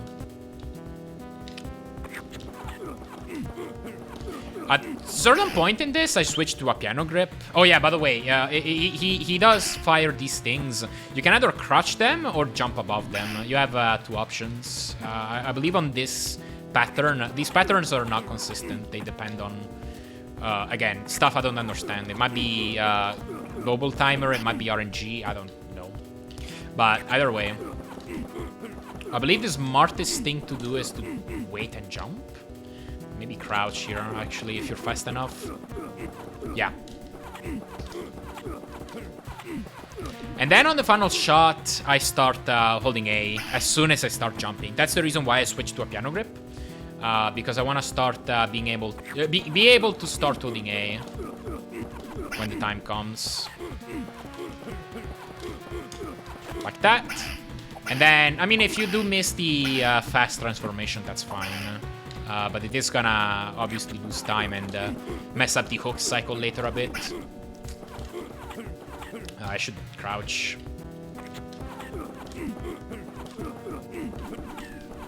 I missed a shot, that's okay. I missed another one. So there's gonna be a lot of hits. I believe it might be 8. 7, okay. But yeah, the strat is to turn into Cold Shadow, Ninja, whatever this thing's called. And basically just like jump into it and keep whacking it with the staff. This lightning barrier acts as like spikes, so like you keep buzzing on it. Essentially, I mean, I don't think it's exactly spikes. It's like, you know, so it might be coded as its own thing. It basically gives you this like kind of bounce. It deals 25 HP of damage in normal. But yeah, once you do that, ideally, if you hit all 20 shots, you will have to hit the Shaman 5 times with the staff. If you miss 1 or 2 shots, you will have to hit it 6 times. If you miss 3 or 4 shots, you will have to hit it 7 times, and so on. But once you do deal the final hit, then it's off to the right. And the fastest thing to do is to just kind of wing it. On the last hit, do this last bounce and like try to grab a hook straight from there. You have a little bit of time to scout the pattern. If you see a hook hit here in the top left, you can grab it. If you don't see it, you can try to grab something at the bottom, like that. You just kind of have to get a read from it. And you'll see that if you do this fight enough, eventually you start getting the hang of like, oh, okay, I had to do 5 hits on the Shaman, and like I didn't get hit by the fire a single time, so I'm gonna get this pattern or that pattern. In this case, this was, I believe, off of a 6-hit cycle, and so the hooks ended up being more to the right. If I ended up spending more time, they would have been more to the bottom. Yeah, like the smarter strat would have been to like grab like this hook, imagine it was further left, and then grab this one and go over here. But in this case, I can grab this hook and then this hook. dash over here. And then you're gonna wanna do the same thing. Dash off that platform. And this is gonna be a little bit scarier. Actually, before that, the reason why we're doing the fight this way is because there's a glitch where if you grab the bugs on the left side first, then consume them, once you go here to the right and you grab both of these bugs, you're gonna get them to duplicate. So if I turn back into Maui now, you'll see that I have 20 and 20 of each bug. While these are supposed to give you 10 and 10. So that's the reason. So you're gonna want to wait just enough time here so that you collect both the duplicated instances. You don't want to like do a very optimal turnaround or you could risk missing some. But yeah, once you do that, you have a few options. Depending on what pattern you got, this is a very risky one. If the hooks, if you see that like these hooks are like this far left, you can grab this hook at the top at any position except if it's at the very top left of it. So this is very risky. If you're very fast on your movement, you could make it. Grab it before it gets to the very top top left. But otherwise, you could just fail like that.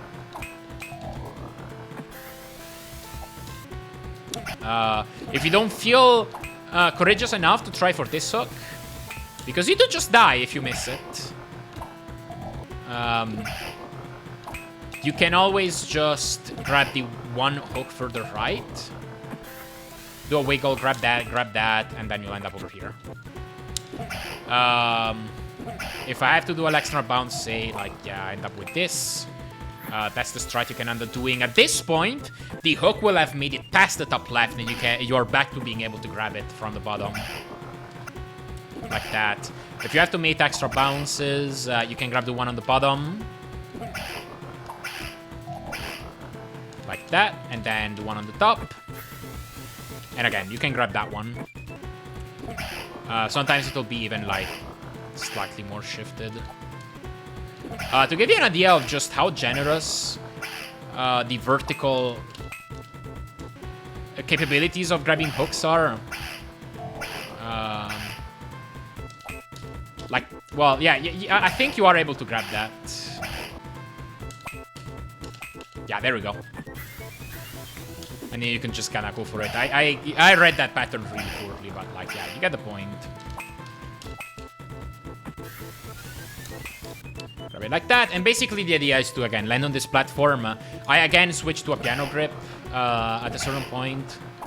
Right here, switch to a piano grip. With the idea that I can time my release of left to immediately turn back into Maui. And you'll be over here.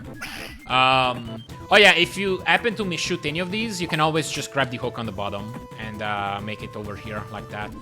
So that's that. Okay, once you make it over here, you want to turn back into Maui. You should have the firebugs equipped, so switch weapons once to equip the X-bugs. And then what you want to do is shoot these 2 at a time. So you want to hold the B button so that you auto-fire 2 shots. Because the thing is, this shaman has, I believe, 17 frames of iframes after every hit. And so basically, if you auto-fire, that's the same reason why they could miss earlier on the first cycle. If you auto-fire, your fire delay is something like 11 frames or something like that.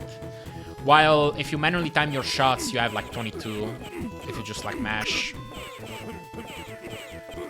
So basically, manually timing them gives you too long of a delay, and automatically doing the auto-fire gives you too short of a delay to where, like, if you shoot 3 shots, the 3rd one will miss. Well, in this case, it, like, went back, but it's not always gonna do that.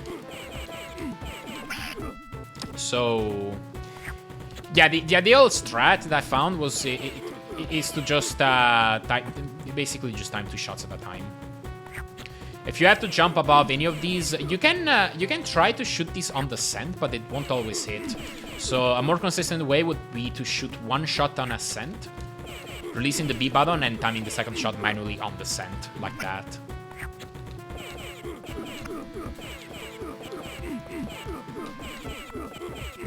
And you do this until you have exhausted all your shots. Sometimes there's a double hit glitch where like multiple X bugs can hit at the same time, or a bug can hit but not disappear from the screen, so I can just kind of circle around the shaman and hit it again. So sometimes you don't have to, you won't end up having to spend all 20 of these. But yeah, basically that bug duplication there on the right allows you to just defeat the shaman Maui only. If you happen to miss anything, any of the shots, then you'll have to finish it off with Cold Shadow. Like that. And that's the end of this one. This is gonna be the last phase. So if you haven't... Okay, so you can do this by dying at most one time during the run. Well, I mean, if you die once early on. Basically, the point is that you have these red tokens throughout the game that you can collect, and every time you collect them, they give you an additional hit of your combo, like this. If you keep attacking, if you keep pressing B, you'll be able to do more grounded attacks. And you can collect up to 5 hits of the combo. That's all of them. And if you die once, you get one of your tokens taken away. And so you will lose one of your hits of the combo. For the fast strats on this guy, you only need 4 hits of the combo. So you will, in a normal route, collect 5 combo hits, so 4 tokens. So you can basically die, lose one of them, and still be fine. Although sometimes, like, you could miss one token somewhere. I've had it happen, and you'll only have, like, 4 hits to finish the game. So, like, you'll take 1 death, and you'll be down to 3. If you have 3 hits of the combo, then you won't be able to really do this strat. So what it is you stand here in the middle, and the safe strat is to keep doing double hits.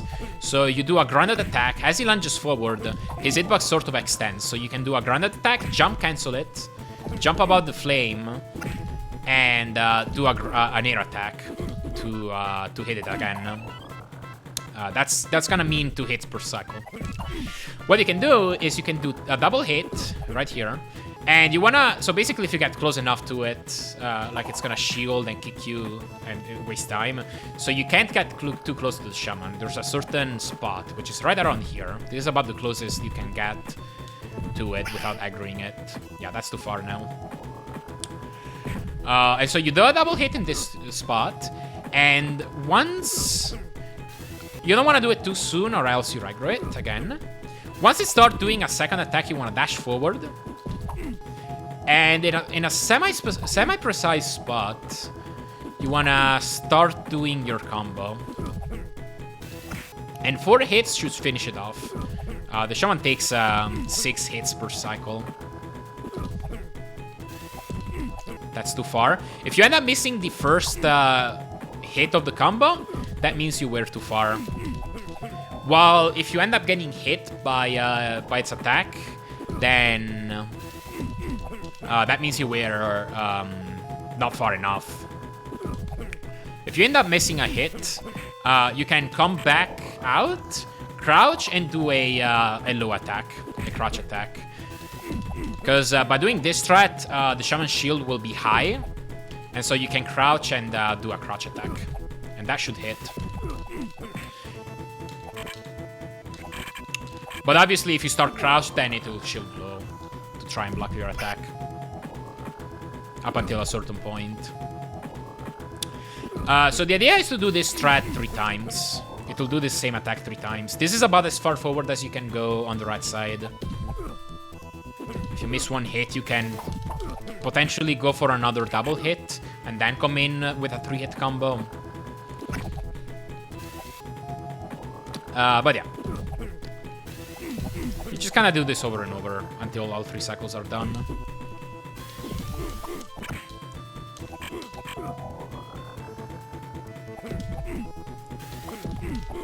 That's the end of the game. I like to finish the game off with a dash off the stage like that, just to kind of hit the spikes. And I guess that's that. There is theoretically an even faster strat here, where you just forget the double hit completely. You do 4 combo hits.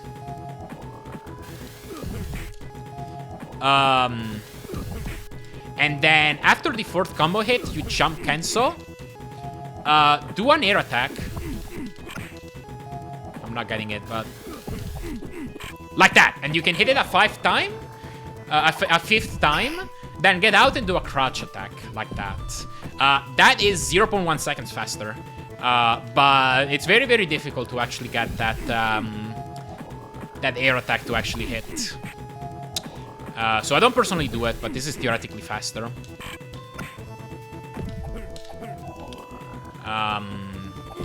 So there's that. There you have a few options to work with for this last phase.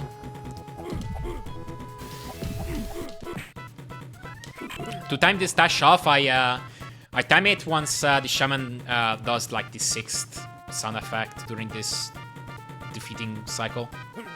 4, 5, 6. There we go. And yeah, that's the game. That's the end of the game. Congratulations for making it all the way to the end of the advanced tutorial. Or maybe you're one of those people who just click to the end. In that case, I mean, I don't blame you. You're on YouTube, you can just skip forward. I guess that's gonna call it. I don't really have anything else to add.